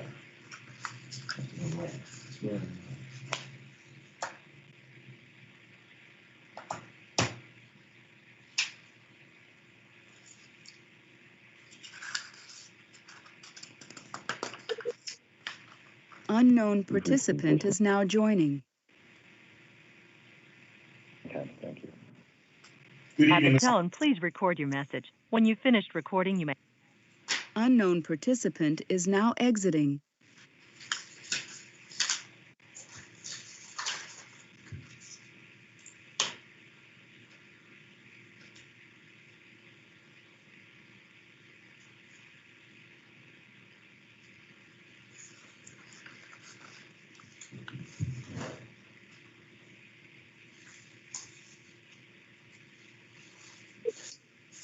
Unknown participant is now joining. Good evening, Ms. Detlinger. This is Pete Crawley with the Manasquan Public School District. You're on speakerphone with the Board of Education. If you could please introduce yourself with your name, your address, and any groups you may represent, you can then give your public comment. Okay. Hi, I'm Caroline Detlinger. My current address is 2008 Manor Drive in Wall Township. I do not represent a group, but I am MES class of 2006 and MHS class of 2010. So what I wanted to address is that I'm in favor of everything in Emmy Montgomery's letter. I spoke at the last Board of Ed meeting, and like I said then, this is not about you.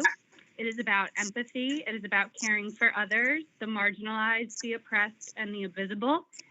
It is necessary to create a school environment where everyone feels safe and welcome, and that they have the freedom and support to be themselves. School should also be a place for everyone to learn about everyone in the world. Sharing stories is a foundation for understanding and peace. This will also lead to the ending of populations being marginalized, oppressed, and invisible. The arguments opposed to Emmy's letter are based in ignorance, discrimination, and bigotry. That is simply not acceptable. This is a crucial moment in history, and you have the opportunity to be on the right side of history. That's all I have to say. Thank you for your time, and thank you for listening. Thank you very much. Thanks. Bye. Unknown participant is now exiting.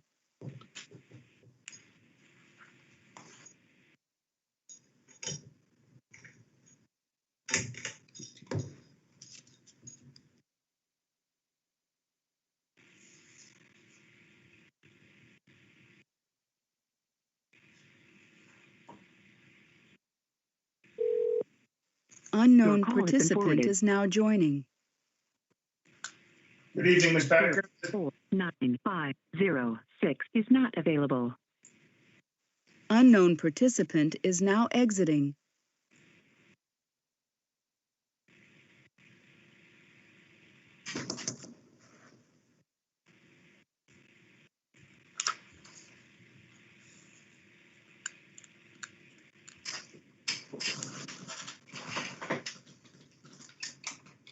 Unknown participant is now joining. Good evening, Mr. Conforti. This is Pete Crawley with the Manasquan Public School District. You're on speakerphone with the Board of Education. If you could please introduce yourself, your name, your address, and any groups you may represent, you can then address the board with your public comment. Hi, good evening. Thank you. So my name is Christine Conforti. I'm a Monmouth County resident. My address is 42 Pilgrim Pathway in Ocean Grove, Neptune. And I am a former teacher. I'm a social and emotional learning professional. I'm also a member of an organization called Leadership for Educational Equity. And I would say I'm representing all of those things in my comment. I'm calling really first to just express gratitude that there is a willingness to create an equity committee, and that there is an opportunity, I think, for Manasquan to be a model and a pilot of something that could expand to other Monmouth school districts. So I'm very grateful and optimistic about that. I agree with many things that have been said on the other public comments so far, particularly including a concern that from the very beginning, there must be diversity in that committee and those subcommittees. I will say as a professional in this space that the thing about bias is that it is unconscious. And so without having a diverse group of people, ethnically, gender, and sexual orientation, there will be a inability to see and understand how things might be microaggressions or hurtful unless those exact people are at the table. And in closing, I would just like to say that this is essentially a conversation and an issue of bullying and of mental health. There was an amazing plan put forth on how we're going to protect the physical health of students. And I want to applaud the board and the superintendent for the diligence that they've put into that. And I would just ask and suggest that you put that same level of detail and thought and empathy and contingency planning, thinking of every single student and the safety of their mental health as well. So thank you again for the work that you're doing. I think you are leading the way in Monmouth County, and I look forward to hopefully being a part of a wider community discussion to see how we can actually bring this to other school districts. Thank you and have a great evening. Thank you very much. Unknown participant is now exiting.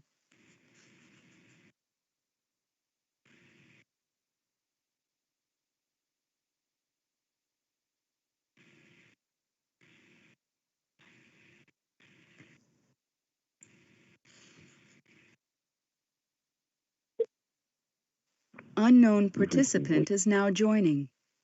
Good evening, Mr. Morgan. This is Pete Crawley with the Manasquan Public School District. You're on At the tone, please record your message. When you've finished recording, you may hang up or press 1 for more.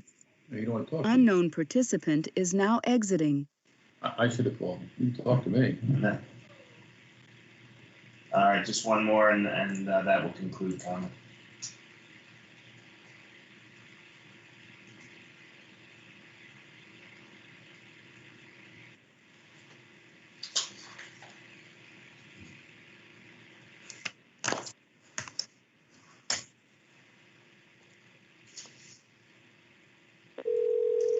Unknown participant is now joining.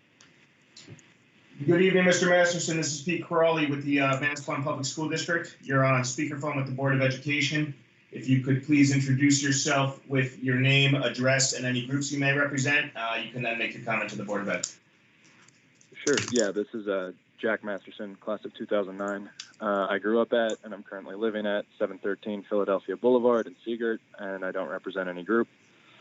I'm calling in support of Emmy Montgomery's proposal on diversity and inclusion in the curriculum and support of changing the MHS mascot.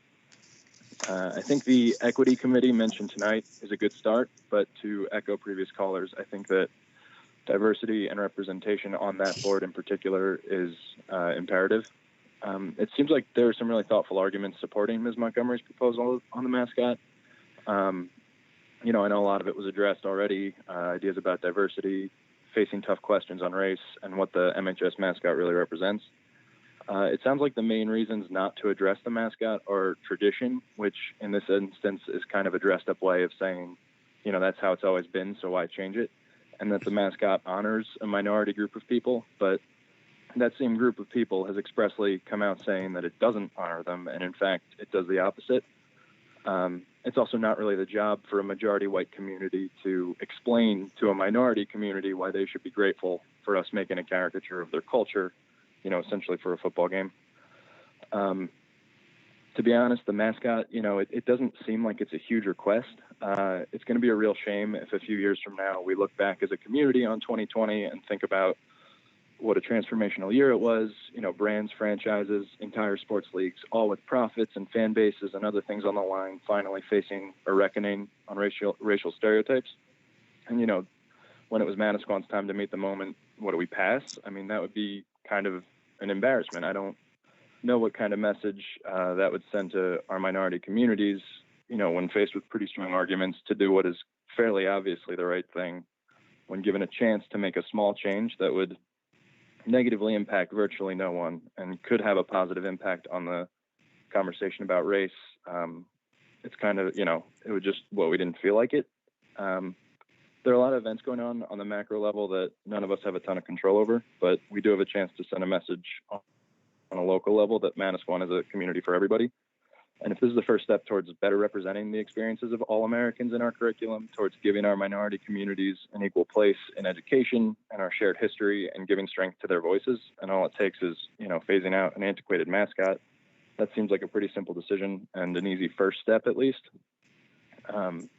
If the most important Manasquan tradition we have to be proud of right now is the Warrior logo, then it might be time to create a new tradition where Manasquan takes the lead on hard conversations and making tough choices for the right reasons.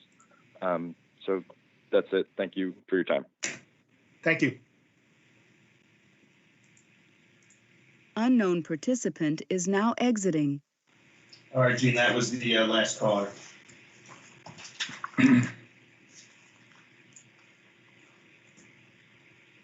I think you're on mute, Gene. I was. That'll bring us to our discussion items for the meeting. I'll turn it back over to Dr. Kajan. Okay, well, thank you. I think we have a lot of hard work to do on our committee, and I look forward to discussing with the committee some of the comments that were made this evening about branching out and involving other people. But that's got to be a committee decision that I'll surely approve with the committee as we talk about that. But I think it's important that we get our groundwork set first and our parameters and our focus, and then we move forward to be as inclusive as possible to hear all voices. With that, school reopening is on the education, curriculum, and technology piece for discussion. And I think we had a large presentation regarding that. Mm-hmm. Is there any questions at all that are hovering out there? And I do reiterate that we will have a virtual plan to open school as well. That will be as particular and specific as the one we presented this evening, to have as a plan B in case that does occur, that the governor does decide not to reopen schools in the fall. One of the things I did want to speak about on the education, curriculum, and technology is our summer skills program, which will be running from August 17th to the 27th for 8 days. The reason why I haven't reported to the board before this was because we were waiting for the surveys to come back from our sending districts, because we offered seats to any incoming ninth grader free of cost, and we got no takers. So I understand that the focus of parents are a little bit concerned right now to start things in regards to in-person. So I understand, but before we start, if I do get anybody who calls and has a second thought, I will gladly accept them. We currently have 152 enrolled in the ELA, the language arts, and the math sections of our summer skills program. That is 75 children. Now, understand enrollment means that a parent called up and said, I wanted to enroll my child in the math. I wanted to enroll my child in the English language arts section. So we count enrollees twice. So it's 75 children who've opted to take advantage of the situation. The entire district got the statistics home, the data that we accumulated from IXL. So parents were given the opportunity to sign up. With that, we will now hire teachers, and we'll be posting tomorrow. The grade 1 teacher, in my mind, will be a grade 2 teacher, because that teacher will understand from their perception what the grade 1 student should know going into grade 2. The grade 7 teacher in math and language arts will be a grade 8 teacher in the summer school program. Does everybody understand what I'm saying? I'm looking to get teachers who are in the next grade level to be in the summer skills program, to focus on the data that they're looking at from what they receive, because each teacher will be privy to the data that each child who's going into that section has in the IXL program, so they can develop their lesson plans and focus on them from a perception of what those first grade students now should know going into second grade. Second grade students should know going into third grade. You with me? Or have I thoroughly confused you? I'll take that as a yes, like I do with my students. Just so I'm clear, a sixth grader that's going to be in seventh grade will have a seventh grade teacher teaching them in August. Yes. Thank you. Nice. Now, I think I just said it a lot clearer, but that's you. That's all right. I apologize. That's my plan. And like all good plans, there's got to be a plan B. I'm hoping that when we post, we get enough teachers to do that. And if we don't, I'll reach out and request. But there might be some staff that aren't ready to come back in person yet as well. So again, common sense and compassion has to dictate. So my goal is to accomplish that. And I think that's imperative, especially for our 8th grade students going to 9th grade. I expect my high school teachers to be there for those 8th graders going into 9th grade. Again, we have 75 children who've chosen this. Our class sizes, in my mind, will not exceed 12. There should be 12 students in the classroom. I think it's a nice number, 12 to 1. Is everybody okay with that? If not, let me know now, because we have to post. So a 12 to 1 ratio. Now, some classes might be less than that, but it will be capped at 12. Okay? Okay. We have the, in the front packet of my binder is the Federal Families First Coronavirus Response Act, which is a new policy. And we wanted to discuss that policy, and I'm sure Gabrielle has been brought up to speed from Michael on this policy. Michael felt that we should discuss this, but Gabrielle, it is a mandated policy. So if you just wanted to bring the board up to speed on why Michael felt that he should bring some points out in it. You're muted. Now you're not. Okay. I got it. Thank you. Yeah, and just briefly discussing it with Michael, and I know his thoughts. I know that he had sent out a memo, and he had advised, other districts that we work with that there isn't actually a need to adopt it at this time.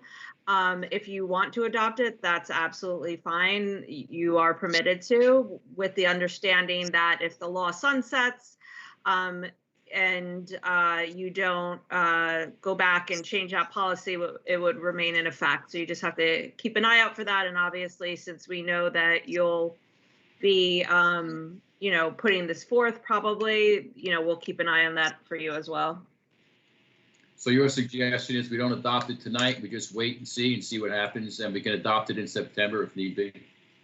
You can do that, but even if you do, I think tonight would be the first reading, correct? Correct. If you put it on for the first reading and, do the second reading later on, or at the next meeting, that's fine. It just, again, if the law changes, we have to just keep an eye out on our policy and make sure that we keep it up to date as well. Okay, so if no one's in opposition, Gene, I would suggest we use this as the first reading tonight, and then we'll follow Gabrielle's suggestion and we'll move forward with it for the second reading, but we'll keep an eye on it and see how things are progressing, because the second reading will not be until August, as we don't have another board meeting until late August. Okay, and if we decide we don't want to put it on in August, we can just not put it on for a second reading, right? That's correct. Correct. Yeah, my only concern with putting it on is how quick everything's changing all the time. So, Dr. Kajan, just briefly, it's not on the agenda for a first reading tonight currently, so we just need to do that verbally when we make the motion. It was just on as a information item.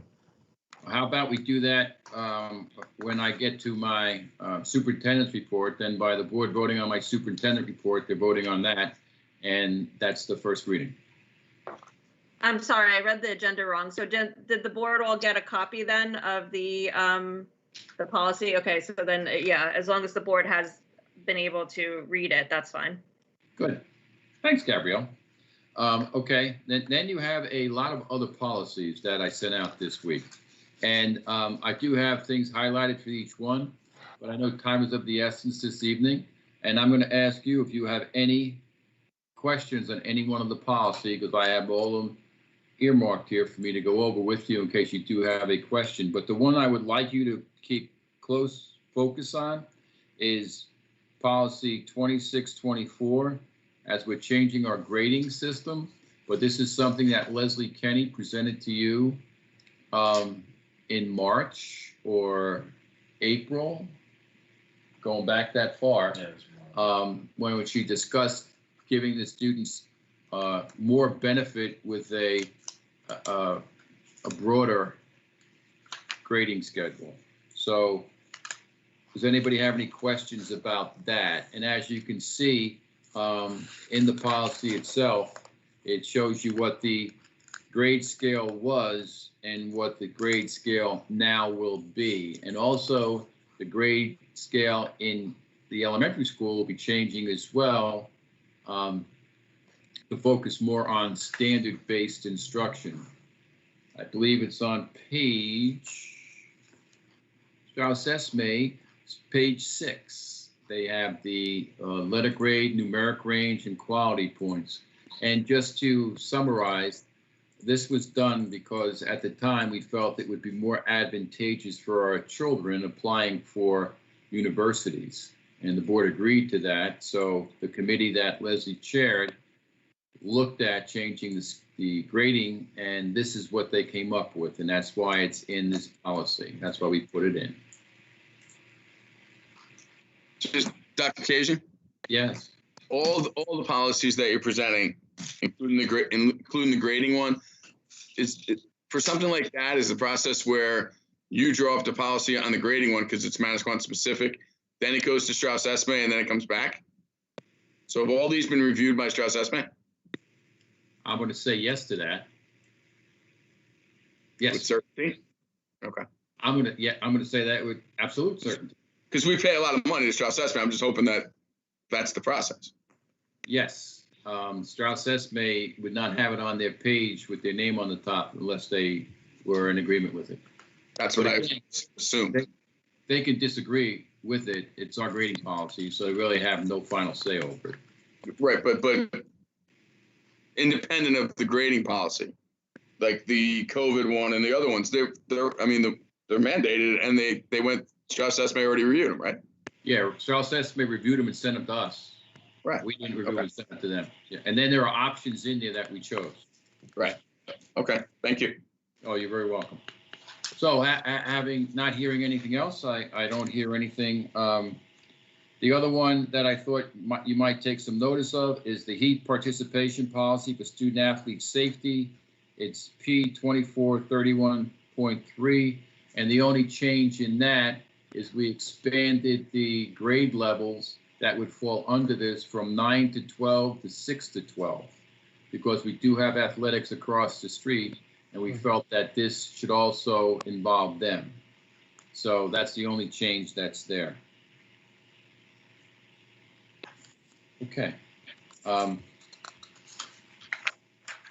Expulsion on the next page, school district provided technology devices to pupils. They're basically the same as well personnel records, but the one thing, Jess, I think that it would be applicable right now. Are you going to talk about that under, well, you're not because you're not here, raising the cost of the insurance for laptops. You want to talk about that now? Sure. Yeah, I'm here. So yeah, the only change to that policy 7523, which we're recommending to the board, obviously it's your option, is increasing the technology use fee by $10 for this coming school year. So that fee has been at $50 for the past 6 years since the beginning of our one-to-one program. We have about 80 to 90% of our parents that choose to pay that fee every year. So this would increase that revenue, we would project by about $10,000 a year. But of course, that's the board's option. That's just our recommendation based on the experience we've seen. And more parents are taking advantage of that when they realize that the unit itself costs $800. So if it's dropped, screens break, laptops themselves are broken and have to be replaced, and that $50, which will now be $60, is well spent when they have to just kick into that insurance and they get a new laptop for just the insurance that they paid on it, as opposed to paying $800. I've had parents come in and have to pay the $800 for broken laptops. And I've said to them, it's a shame you didn't take the insurance. So it does work. Are we self-insured on that? I mean, or were we actually using an insurance company? It's not insurance, so that's why we call it. We can think of it as insurance. Right. It's an optional technology use fee. So it's really just revenue that comes to the district. The units themselves, we buy them with accidental damage warranties. So we basically pay that price up front as part of the unit, and then we're collecting the fees to offset that cost in the annual budget. Okay. So yeah, so we do have insurance for them. It's not self-insuring. Okay, Dr. Crawley, finances? Sure, I'll go through a couple things pretty briefly. Some have already been touched upon, but take any questions if you have it. The first is the 1920 audit schedule, pretty straightforward there. Sandy, Cindy, Terry, and Kim have been working hard in the office, putting a bow on this past year on 1920. We've sent our audit documents out to Bob Holsart, who's our auditor for the school year, and he's beginning that process. As you know, you guys have seen it before. That's ongoing for the next few months, and we'll conclude with his presentation to you, the board, ideally in December, unless sometimes there's some delays with state guidance and things. This past year, we actually had it at the reorg meeting in January, but in that general time frame. So that's now begun in earnest now that we're halfway through July. He has some documents already regarding our smaller accounts. With regards to building grounds and facilities, I'm going to ask Jesse if you have it available. Rob Notley briefly mentioned the gym project we're working with Mike Milliman on. This is the main gym renovation. We did receive late some renderings that I did want to share with you guys so you could see. There's a couple things that are not completely accurate about this that have been going back to Mike to review, but I think this gives you the general idea of what the finished product's going to look like. Those baseline subsidiary backboards won't be there, the white and orange ones. So it'll be a clean wall back there, but as you can see, and as you've seen already before, parquet floor with some gray stain in the 3-point area. You can keep clicking through there, Jesse. But if you could hold right there for a second, I need to ask the board this because I made an executive decision, and I want to take this opportunity. Go back to the next slide, please. If you, for my own goodwill. If you see the lines around the court, traditionally for me, and I played back in the day, they were always black. So the lines around the foul line and the key, if I can move my cursor, here it is, right here, right there, and right here, were always black. The rendering that they sent us had white. I changed it to black. If anybody takes umbrage to this and would like to see them the way they're on this drawing, speak now or forever hold your peace. Also, the foul line will be black. This is blue, this is gray. That, of course, is the parquet floor. This is blue, all Manasquan blue, according to what we decided on the color wheel, was the Manasquan blue color. These letters here, the Warriors, that'll be blue and gray as they are here. Could you go to the next slide, Jess? Same thing here with the baseline, which is in front of this. They will be black. Anybody have a problem with that? It's a traditional court, not to have white. If you want to have it untraditional, have white there, we can have it. But they sent these to me today. I spoke with Pete at about 4:30 today, and my decision is to put them to traditional black.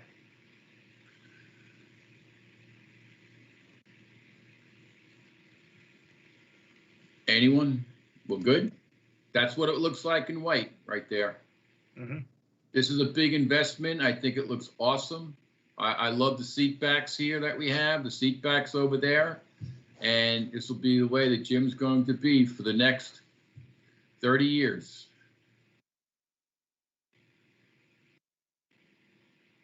This letter will be smaller inside of the circle, and it will be, what does it say around? Home of the big blue, home of on top, big blue on the bottom. Says home of the big blue with that letter in the middle.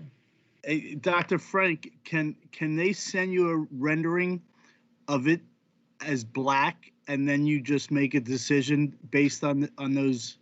Because the white going around, especially for the outside line and especially at the foul line versus black, with that dark blue, I don't know that it's really going to stand out.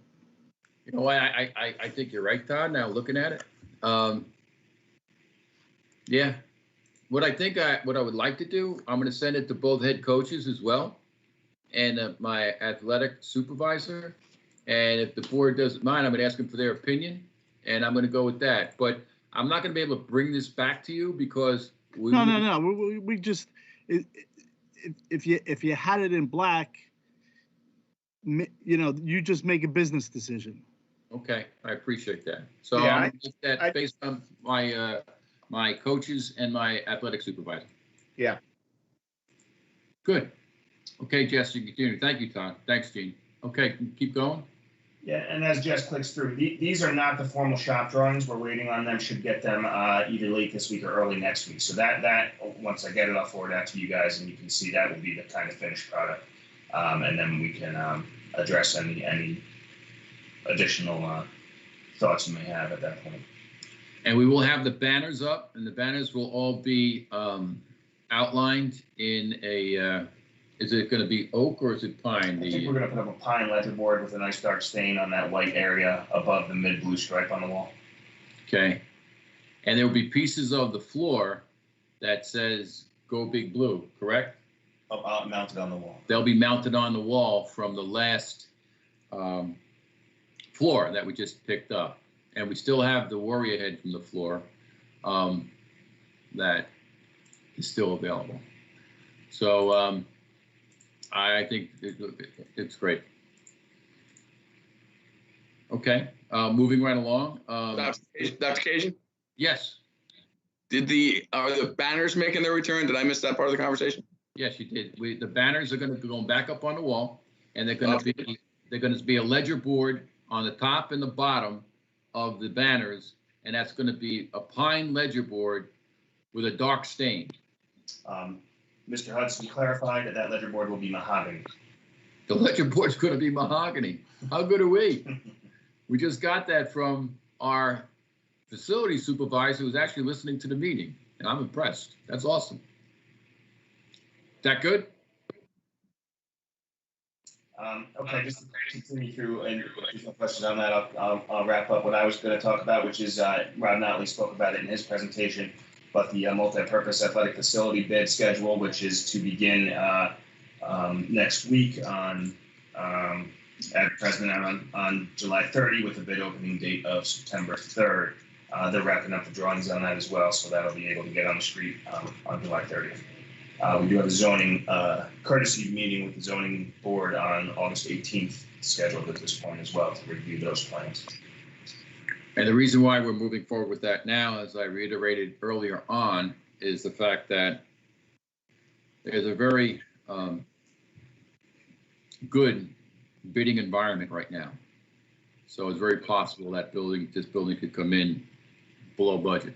So we want to see where we are with that. Any questions about this?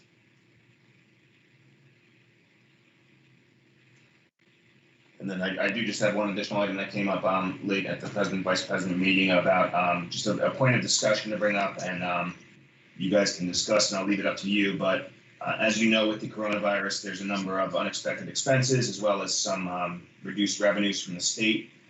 Part of the guidance issued by the state suggested that to offset these additional expenses and these decreased revenues, districts should consider eliminating or reducing the availability of courtesy busing. We have spoken about this before during the budget season this year. We spoke about it for the 2021 school year. The 2021 school year currently has courtesy busing in the budget, and that will remain. So students who are, regardless of this discussion here, students who are due to have a courtesy bus available, we've already had their routes requested, and they'll have that available in September through June. What the state is suggesting and what I'm just putting out there for discussion is issuing a letter at this point in the year telling parents that courtesy busing will not be extended into the 21-22 school year, so that they have that letter will go out from my office as soon as you guys finish your discussion and affirm that's the direction you want to go. It'll go out from my office as early as tomorrow, so they have a full year and 2 months at this point to consider other options. So with that, I'll just leave that up to discussion. It's not a formal action that needs to be taken. It's really a budget item that I'll deal with in the budget season. However, I would like to, if you so choose, notify parents as soon as possible. So I'll leave that up to you guys for discussion. And so everyone knows, courtesy busing, I guess the busing to the vocational schools, that's in our budget. Yeah, the busing to vocational schools is required, will remain in our budget by statute. This refers to busing that's offered to Manasquan. This is only a Manasquan only issue. Students who are in Manasquan but attend private schools outside of Manasquan. Correct. We currently, for those students, so students at CBA, Trinity Hall, RBC, St. Catherine, St. Rose, and St. Peter's. For those kids currently, we either put them on a bus if a bus is available and drive them there, or we pay an aid in lieu payment of $1,000 annually to basically offset travel expenses for a parent who's driving them there, gas and wear and tear on a car. So currently that amounts to $53,350 in the budget. And again, that was just suggested by the state as an opportunity to alleviate some of the financial pressure that we may be facing in the next year or two. Okay, any questions? Hearing none, I'm going to move, if it's okay, Gene, to the superintendent's report. Yes. Regarding the superintendent's report, you can see the total enrollment of 1,487 in district. That's last month's number.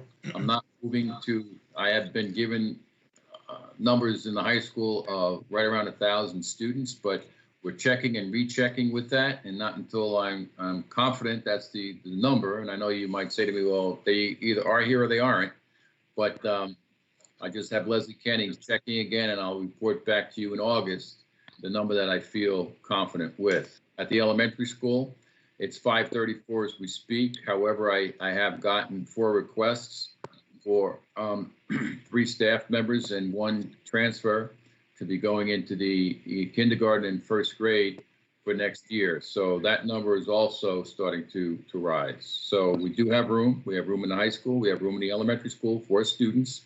And the contract stipulates that we will accept students from staff who will live in other districts until we come to a point where we are at capacity. But we're far from capacity right now, so we will still continue with that. Attendance comparison. We have no fire drill reports to report this month because we're not in session. No HIB reports. However, I do have to present tonight the New Jersey Department of Education school self-assessment for determining grades under the Anti-Bullying Bill of Rights, districts and school grade report, 2018 and 2019. We have Manasquan High School and Manasquan Elementary School. We have harassment, intimidation, and bullying programs, approaches of other initiatives, maximum of 15. We have a 14 in both the high school, and this is a self-scoring document in both the high school and the elementary school. Training on the Board of Education approved HIB policy, maximum of 9. We got 9s in both of those areas in the high school and the elementary school. Other staff instruction and training programs, maximum 15. We give ourselves a 14 in both the high school and the elementary school. Curriculum and instruction on harassment, intimidation, bullying, related information and skills, a maximum number achieved could be 6. We got a 6 in both of those. HIB personnel, maximum 9, regards to having harassment, intimidating, and bullying personnel available in district who have been trained. I don't know why we didn't get a 9 in the high school. My administrators graded this. They gave us an 8. I did make sure everybody was trained, but we got a 9 in the elementary school. Investigation procedures, maximum 12, making sure we follow the guidelines set up by the state at the Manasquan High School. Maximum score could be 12. We got a 12 at the high school, and we did get a 12 at the elementary school. Which Yogi Berra would be even shaking his head now, because at the school level, if we got an 8, it would HIB personnel trainings, but yet we got a 12 with investigative procedure.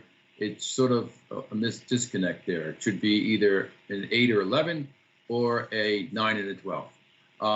HIB reporting, all cases of harassment, intimidation, and bullying are reported properly. We got a 6 out of a 6 in both the elementary school and the high school. And the maximum that you could have gotten, we could have gotten on this self-reporting grade report is a 78. We got a 75. With 75 in the high school and a 75 in the elementary school, which is above average. So this needs to be reported every year. I am reporting it, and I will look into the 2 areas that I thought was a disconnect with this for my future discussion with my administrators. Any questions about that at all? Thank you. I did say we were going to vote on something coming out of the superintendent's report. Dr. Crawley, what was that? That was to have the policy be the first reading, as opposed to just information. So we're having the policy, the very first policy that we looked at, which is the Federal Families First Coronavirus Response Act policy, which is a new policy mandated, policy number 1649, first reading this evening. So I just want to let the board know, by approving my superintendent's report, you're voting for that being the first reading. Since it's not on tonight's agenda, we're including it in my superintendent's report. Having said that, and also the non-public busing we can vote on that the same way tonight if you're so inclined. Gene, you want to make that part of my superintendent's report since it was discussed? Does that have, that has to be voted on, or is that just the budget? Just since no one commented, we didn't really have a yes or no, so I didn't know if we wanted to. We could just make that part of our general budget next year. Yeah, that's and that's the easiest way of doing it, as long as everybody's aware of it. But if we make it part of our general budget next year, it's out. So I just want to make everybody aware of that. I would leave it. I mean, it's out. I know we're saying it's out, but you know, if the governor comes back and increases our aid some reason, let's have the option of of having it available if we do want it when we're in the budget committee. Okay, you can. Perfect. So But the intent right now is to not include it, and we will send the letters out because we need to give families a year's notice on this. Okay, and we have a year to look at it. That's good. All right, now we have the report of the assistant superintendent. Mr. Place? I'll be very brief. The only thing I wanted to bring to the board's attention, other than the technology device policy, is the process we're currently involved in to apply a new template to our district website. So we actually started this process pretty early in the year, back in the fall. We were working through it. Obviously, things got pretty derailed in the spring with everything happening. But we picked that up again. We still intend to complete this sometime this summer, probably by mid-August. But the reason we're doing it is not because we're not changing a ton of information on our website, but really just how it looks. We've had the same template and structure now for about 7 years. And also some of the things we think about with the website is, first of all, mobile accessibility. More people are looking at websites with mobile devices now than they would on regular computers, of course. And also accessibility in general. We're trying to do a lot of things to make sure that all of the content we put online is accessible to anyone who's trying to access it, be that with something like a screen reader, or even like if you watch some of our end of year events like the graduation and the award ceremonies, we're putting in closed captions of those videos, for hearing impaired folks. So that's what we're trying to do. Briefly, I'll just share my screen. What our website looks like currently. We have the same basic information, events, announcements, things like that. This is one example of a new template that we'd be looking at. So again, this of course isn't our website, but it's one we're looking at. Again, mostly the same content, just organized in a nicer way. A lot more graphics, kind of fly-ins and pop-ups, things like that. A little better organized calendar, and more information in a more pleasing way. Also, just to show you how it would look better in a mobile device, a little more organized than ours. Right now, if you went on when you go on our website from a mobile phone, it kind of looks like it's just compressing it into the size of your screen. This is be a much better organization for that. So that's just something I wanted to make the board aware of. We're targeting completing that before the school year starts. Hey, I like that a lot. How much are we paying for that? Paying for the website? Yeah. The website costs us about, and that's inclusive of everything that we put on there with the hosting and everything, a little under $10,000 a year. But we're paying that regardless of whether we change it or not. It's not, that's not linked to the change. Well, the method to my madness is the reason I asked that question is it's not costing us anything to make that nice change.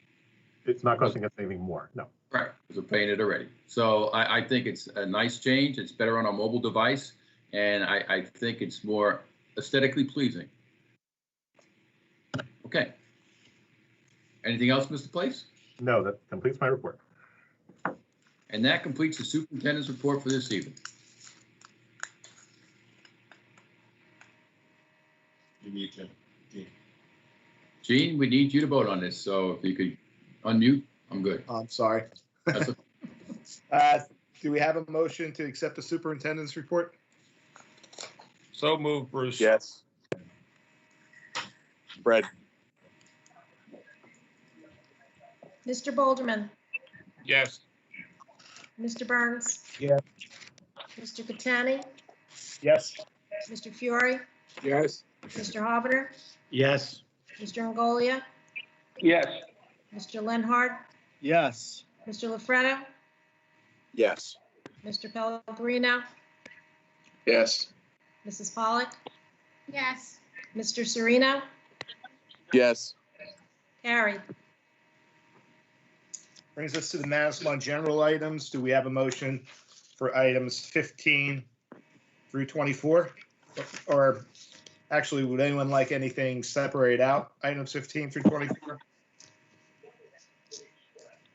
Does anyone have any questions on items 15 through 24?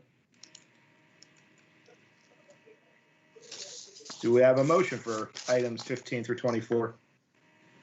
Martin, yes. Alexis, second. Mr. Bolderman, Yes. Mr. Burns, Yes. Mr. Catani, Yes. Mr. Hovener, Yes. Mr. Lafretta, Yes. Mr. Pellegrino, Yes. Mrs. Pollock, Yes. Mr. Sereno, Yes. carried.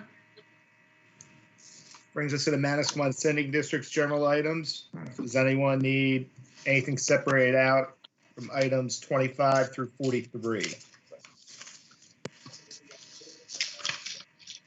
It's Thursday. Does anyone have any questions about items 25 through 43?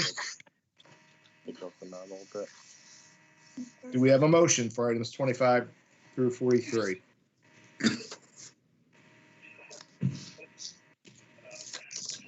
Anyone? Yes, Bruce. Yes, Gene, Joe. Bruce and Joe.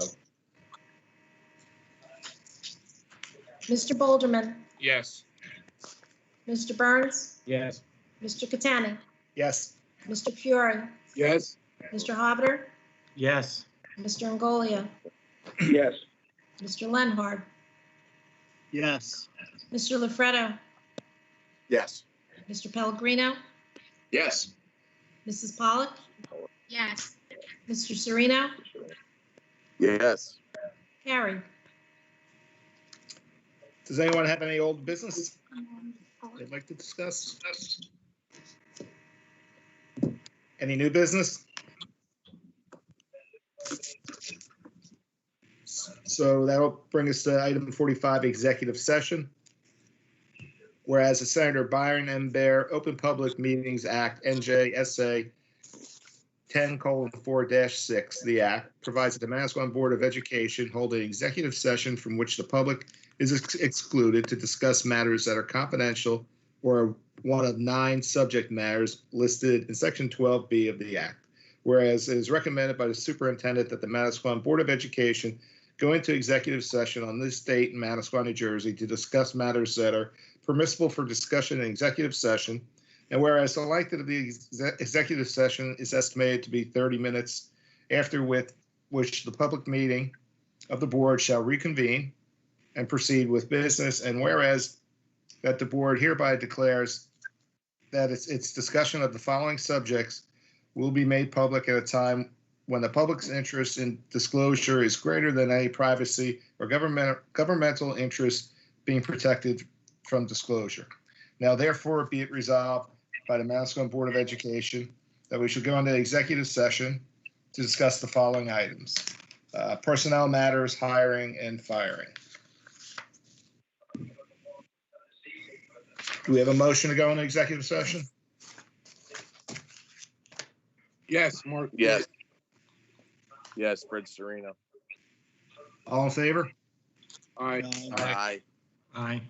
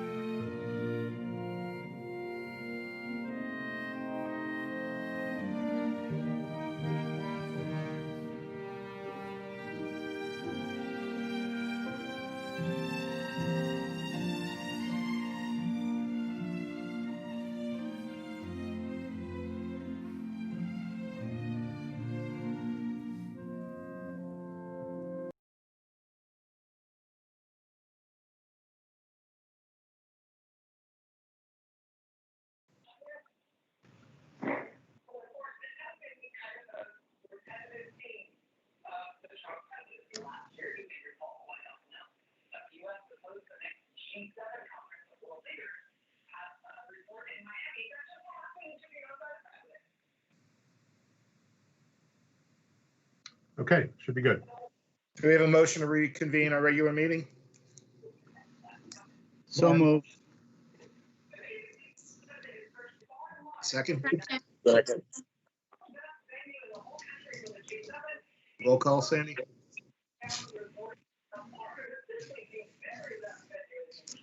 It's all in favor on that one. Wow. All in favor? Aye. Aye. Now I have to do roll call, you know. Okay. Mr. Boulderman, Yes.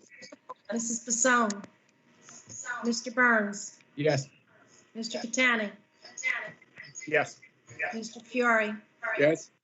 Mr. Hobbiter, Yes. Mr. Angolia, Yes. Mr. Lenhart, Yes. Mr. Lafredo, Yes. Mr. Pellegrino, Still yes. Mrs. Pollock, Yeah. Mr. Sereno. Yes. We have a quorum. Do we have a motion for the Manasquan personnel item 47? Mark Fury. It's a Manasquan Oh, vote. I'm sorry, it's the Manasquan one. We'll get you on the next one. He meant Tom Pellegrino. Okay. Martin, second. Mr. Boulderman, Yes. Mr. Burns, Yes. Mr. Catani, Yes. Mr. Hobbiter, Yes. Mr. Lafredo, Yes. Mr. Pellegrino, Yes. Mrs. Pollock, Yes. Mr. Sereno, Yes. carried.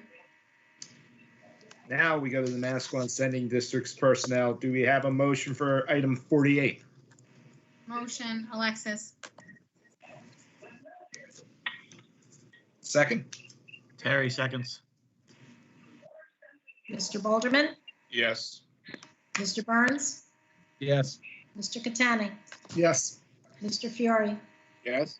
Mr. Hobbiter, Yes. Mr. Angolia, Yes. Mr. Lenhart, Yes. Mr. Lafredo, Yes. Mr. Pellegrino, I will abstain on the volunteer football announcer who won't be paid. And a yes to everybody else. okay. Mrs. Pollock, Yes. Mr. Sereno, Yes. carried. Do we have a motion to adjourn? Please. I mean, yes. What? It's a great meeting. Second, Todd will second it. All in Third. favor? Aye. Aye. Okay. Aye. Aye.